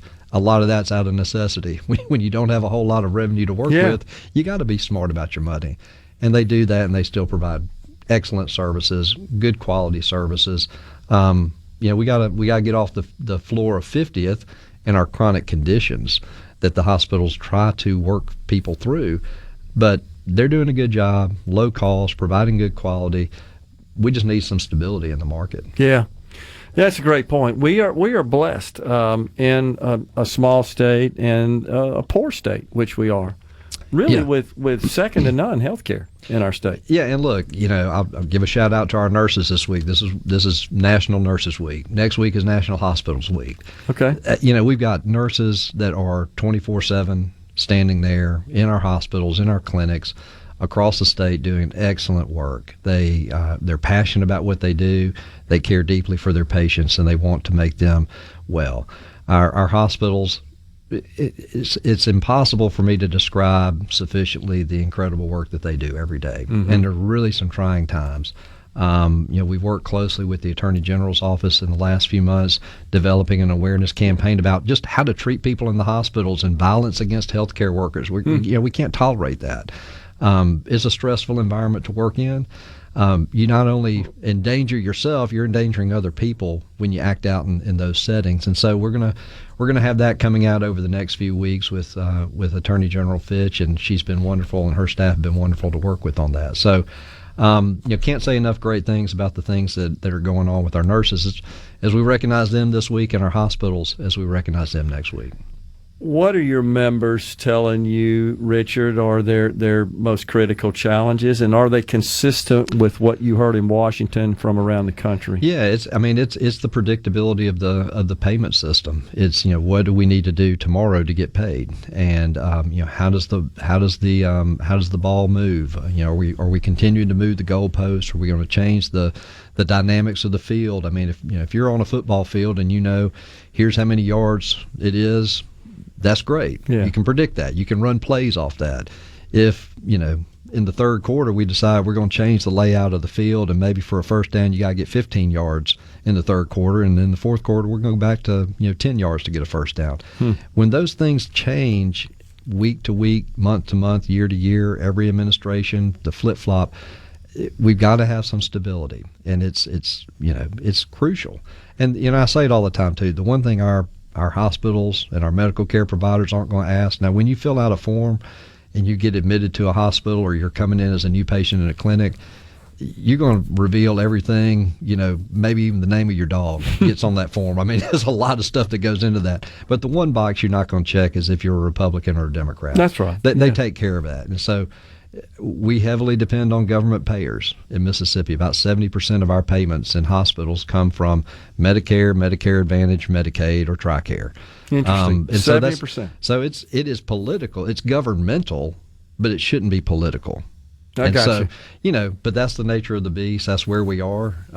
Wish it was different, in many ways. I think we've got some great opportunities locally in our state and at the federal level to have real conversations about health care. And I think part of what we're seeing is a real conversation about health care. When you're looking to try to cut $880 billion, that's going to generate some conversation about what's important and what's not. And look, we're 100% in favor of going after fraud and abuse in the program. When I was with the Medicaid agency under Governor Barber, that's exactly what we did. We had the lowest payment error rate measurements in the country. We were around 3% on our PERM ratings. And we were real proud of that. We did a great job of making sure the payments that we were making were accurate and they were to the right providers and covering the right people. Can't say that in every state. Some are much higher. But we've done a good job in Mississippi through the years of trying to clean that up. To what extent do the hospitals go, Richard, to try to just cooperate and identify these cases of fraud and abuse of the system? Because it happens on the provider side, you know that, and of course it happens on the subscriber enrollee side as well. Yeah, providers are going to constantly have folks looking and reviewing their claims, reviewing and looking at their operations. You want that. I mean, you should be inviting that into your culture. You should be promoting awareness of what's the proper way to code and bill, and what's not. And so, you want to maintain great compliance programs, and our hospitals are all going to have those compliance programs in place. What we found a lot of times was that, there were some beneficiaries on the program that, with Medicaid or any government program that shouldn't be on there. But there's ways to make sure that we do a better job of cleaning up the rolls. Someone passes away, they need to make sure they're coming off the rolls. Okay. If someone's not eligible, there's a way to check that. We've got lots of mechanisms now at our disposal electronically. You don't have to do everything by paper anymore. Well, I was going to say that I've always felt that the way to combat this issue is by improving our technology and automation. We can't hire an army of people to go to verify all that stuff. That's right. And the legislature, I think it was around 2017, 2018, I think Chris Brown was chairman of Medicaid at the time, and we put in place, I think it was called the Restore Hope Act, which increased the verification systems for making sure that people that were on the program were the ones who were eligible for it. Okay. That's the way it should be. Yeah, absolutely. Common sense stuff. Richard, appreciate you coming in, man. Enjoyed the conversation. Always good to see you, Gerard. You got it. Richard Roberson, President, CEO of Mississippi Hospital Association, has been our guest. We're stepping aside for a break. Coming right back with the final half hour of Middays for this week. Stay with us.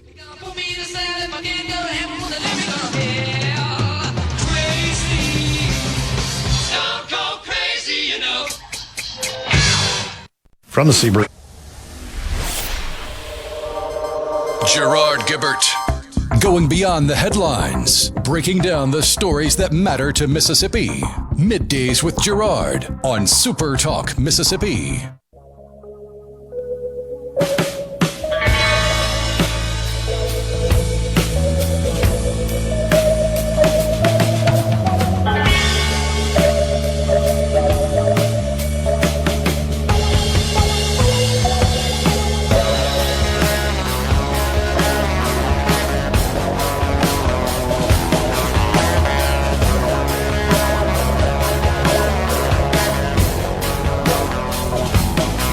Welcome back, everyone. It is Middays. We're in the Element Well studio.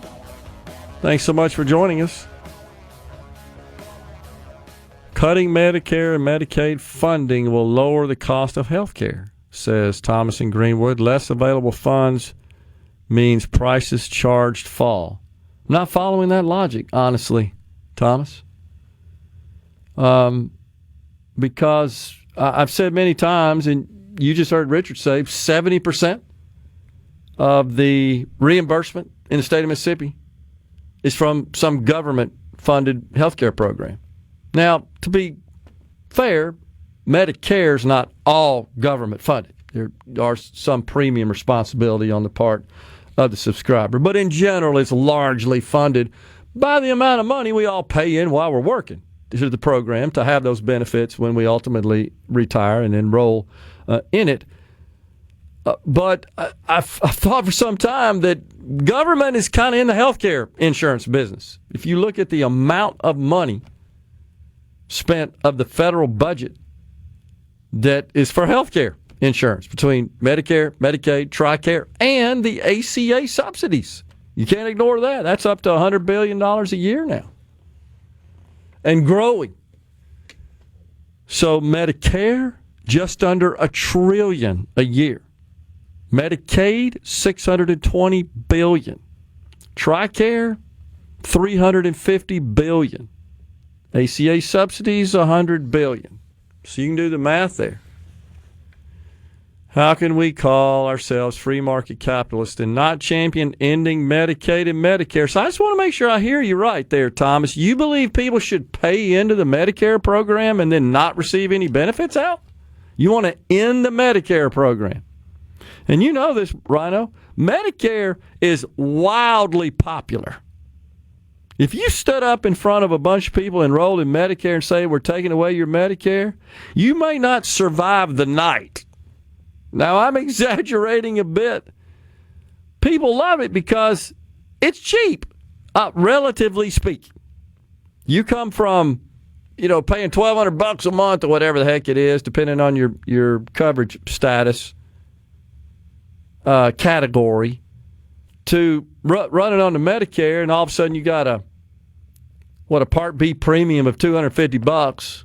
Something like that. Yeah, that's why you love it. And it's universally accepted. You'll have a hard time finding a hospital or a clinic even specialty clinics, because most people need health care when they get older. You need more when you get older because your body starts breaking down, and Medicare is a program for the elderly, seniors. And if Obama had come out and told the youth of America that they would be footing the bill for the elderly of America with Obamacare, it never would have got passed. And that is precisely what the strategy, the structure was. And you're right. They were not honest about that. Thus, the individual mandate. They were the exact opposite of honest about it. That's exactly right. But what they sought... If you like your doctor, you can keep him. Yeah, and that applied to those in the individual market, because those that got their coverage in the individual market, and those would be people who don't get their coverage through their employer. They get it through what's called the individual market. Self-employed people, for example, or people that work at companies that don't offer coverage. They have to go buy it on their own through the individual market. And many of the insurers in the individual market started adjusting all their networks and stuff because of all the regulations imposed by the ACA. Thus, a lot of people said, wait a second there, Barack, you said I could keep my coverage and my doctor, except my insurance company just said they're not selling in the individual market. Because there's a lot of insurers that just refuse to function and operate and sell coverage in the individual market. Thus, they sent notifications to all these people back in 2010 and said, we're out. We're no longer your carrier. And then you had a lot of providers that said, wait a second, this changes the game for me. I don't want to participate. I don't want to be in that network anymore. So, right, they It's almost like it's nothing new for Democrats to either make idiotic knee-jerk decisions or truly evil ball-faced lie decisions. They knew it, too. They absolutely knew it. So he was evil. He wasn't just stupid. I'm sitting here telling you, man, they knew this was going to be. You would have to have zero understanding of the way the system works to think that wouldn't be the end result. Now, I'm not saying that Barack Obama what Obama was before he became president. I don't think he really had a good foundational understanding of any of that. He had a bunch of people around him that do. And you remember one of them even said we kind of relied on the ignorance. Who was that, Rahm Emanuel or one of those fools? Maybe it wasn't him. It was somebody, was it Cass Sunstein? I don't know, one of those nutcases back in those days that said, yeah, we kind of relied on the American people just not really understanding what this was all about. It may have been a manual, now that I think about it. Not the Emmanuel that was I think there's brothers, right? The one that was the mayor of Chicago. I think there was another one involved in it, as I recall, and Emmanuel was his last name. I think he was like the chief architect of the whole dang Affordable Care Act. And the idea was, we're going to require all these young people to buy insurance because we know they're not going to use it because they don't get sick. And essentially that's going to allow us to keep the premiums for the older people back. And to your point, okay, then young people, even though you're 23 and you don't want health insurance because you don't get sick, you're going to have it and pay for it, and we're going to put a big old penalty on you because you got to pay for the old person down the street. That's exactly what that was absolutely about. Zero carve-out for that young person that could not afford health insurance but somehow had to pay a penalty to the government because they couldn't afford to be foisted on. That's exactly what happened. Yeah, so, Ezekiel, that's right. Ezekiel was the name of the person that I was thinking about. Was it Ezekiel Emmanuel? Did I get that right? But that is right. I think that is right. That's on the C Spire text line. That's the person I believe, as I recall, was the chief architect of the whole dang program that did make some statements about, we counted on the ignorance of the American people. They just never figured that out. What we were trying to do here, we're kind of pulling the wool over their eyes. Interesting. To be fair, though, Trump spent 4 years saying he was going to repeal and replace. Nothing ever happened. It wasn't just him. I remember Ted Cruz distinctly in the 2016 election cycle. Every single time he spoke, we're going to repeal every single word of Obamacare. I never believed a minute that was ever going to happen. I just didn't. It's been entrenched. And polls show it's pretty popular because there's a whole lot of You can't exactly blame Trump for that when John McCain wanted to show his butt in public. Well, he did, and there was an opportunity. It wasn't full repeal, but it would have made some nice reforms to the program. All because John McCain couldn't get past his gigantic ego. Oh, yeah, it's exactly what it was. Ezekiel Emmanuel is the person. That is right. He is a medical doctor.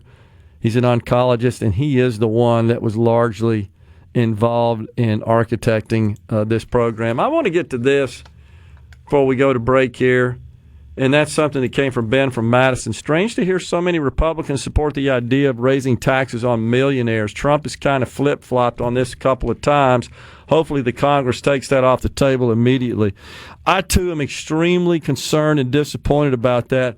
Just while we were on break here, Ben, watching the Business Channel, Charles Gasparino, of course, who's a business analyst at Fox Business, he just went and posted. I saw the screenshot. I hadn't pulled the post up, but he said this is going to cause a civil war within the Republican Party. I tend to agree with him.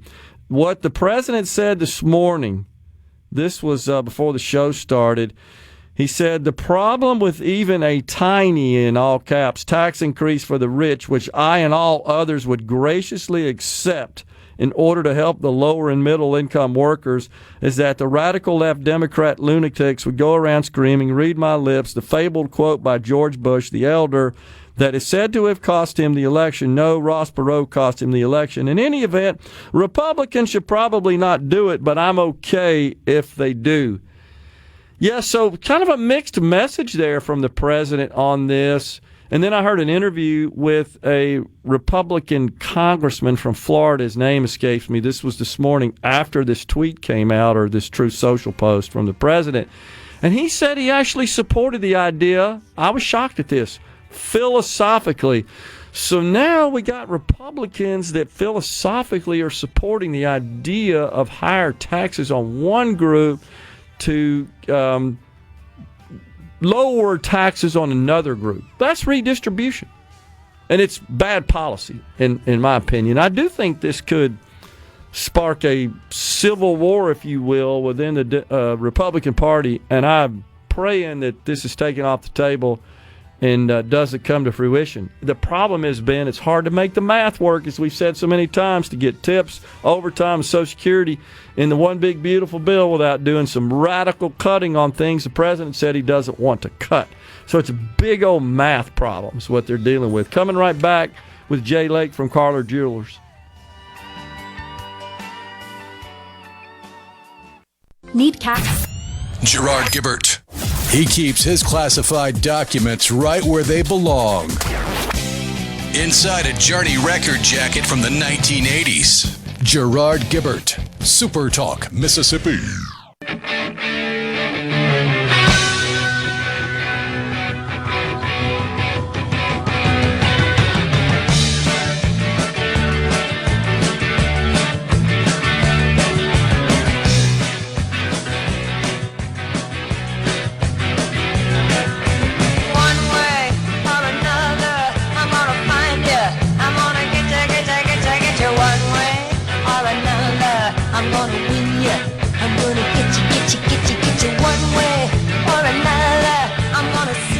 All right, we are back with you. It's Blondie bumping us into this segment here. We got Jay Lake, the owner of Carter Jewelers, on the line with us. All right, Jay, give us an update.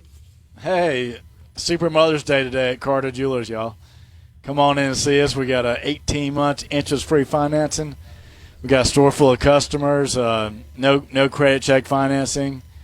And if we don't have it, I can order it, and I can usually beat any prices on loose diamonds. So, but we do have a lot of loose diamonds in the safe if we don't have it in the case. So come on and see us. And today and tomorrow, from 10 to 5:30, or 5 tomorrow, and today's 6, we're giving you an extra 10 to 30% off the Papa Balloon special for Mother's Day. So it's today and tomorrow only, and that's off the old sale prices, 10 to 30% off today and tomorrow only. And that's an amazing deal because the price of gold has gone way on up to $3,300 an ounce. So it's a really good deal with the extra 10 and 30% off right now. So, and we'll be here till 6 o'clock today. Front door parking. We got a huge store, over 7,000 square feet. Diamond necklaces, 5 cases of engagement rings, wedding sets, wedding bands, diamond tennis bracelets, pearls. We got a huge selection of sterling silver. We have a whole lot of product for less than $100. So wow, and so you can, and all that will gift wrap it in a real nice box and everything. We got a whole side of the store is sterling silver, diamonds. And most of that's going to be under $100. So if you don't have a big budget, you can come in and get that, and we'll take good care of you. We got watches.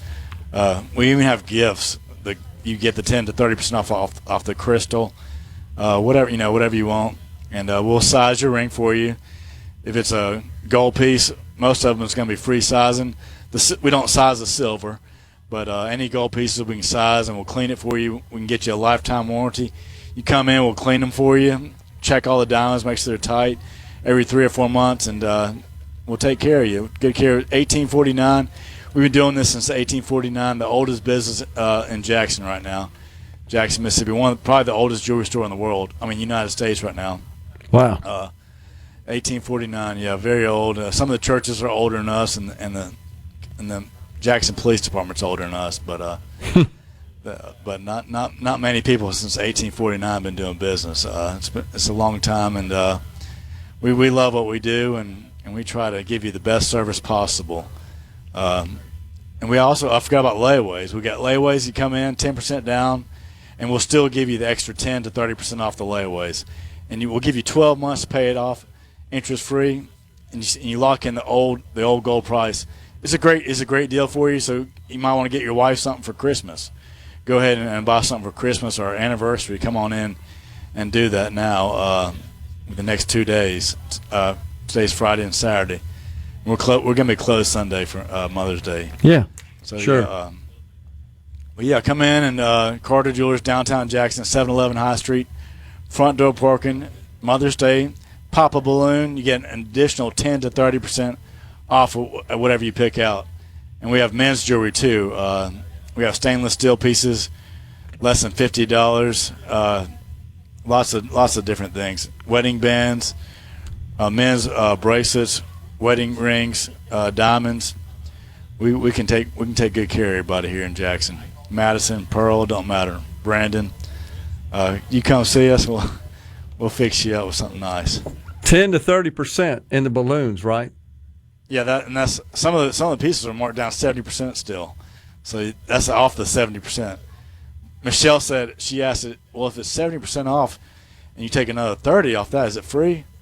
I don't know. Do the math. It might be. I don't think it's free, but it's pretty. It was a great deal. That's all I know.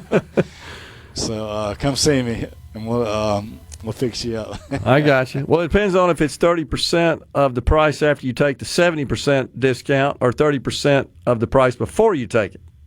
It's after, so. Okay. After. So I'm not I got sure you. exactly what that comes to. But, yeah, it's and you get online and get the financing done online, www.carterdiamonds.com. It's a SEMA. They do a lease to own, and then we can get you set up online, or we can email you. If you have good credit, we could email you the 18 months interest-free financing, and you just call me. I can do it over the phone too. We can do it over the phone, get you paid for it, and out the door. All right. It's no charge. You have a good credit. You just take it. You don't have to pay anything for 30 days, and if your credit's not too good, you're gonna have to pay the $75 fee they charge you. Sounds great. All right, Jay, we appreciate you giving us a rundown. Hope you have a great sales couple of days leading up to Mother's Day, and appreciate learning all about the great things going on at Carter Jewelers there. Okay, Gerard, thanks for having me so much. You bet. Have a great day. You too, man. Bye-bye. Folks, we're out of here today. Back with you again Monday. Have a great weekend, a great Mother's Day. Until then, stay safe and God bless everyone. A SuperTalk Mississippi media production.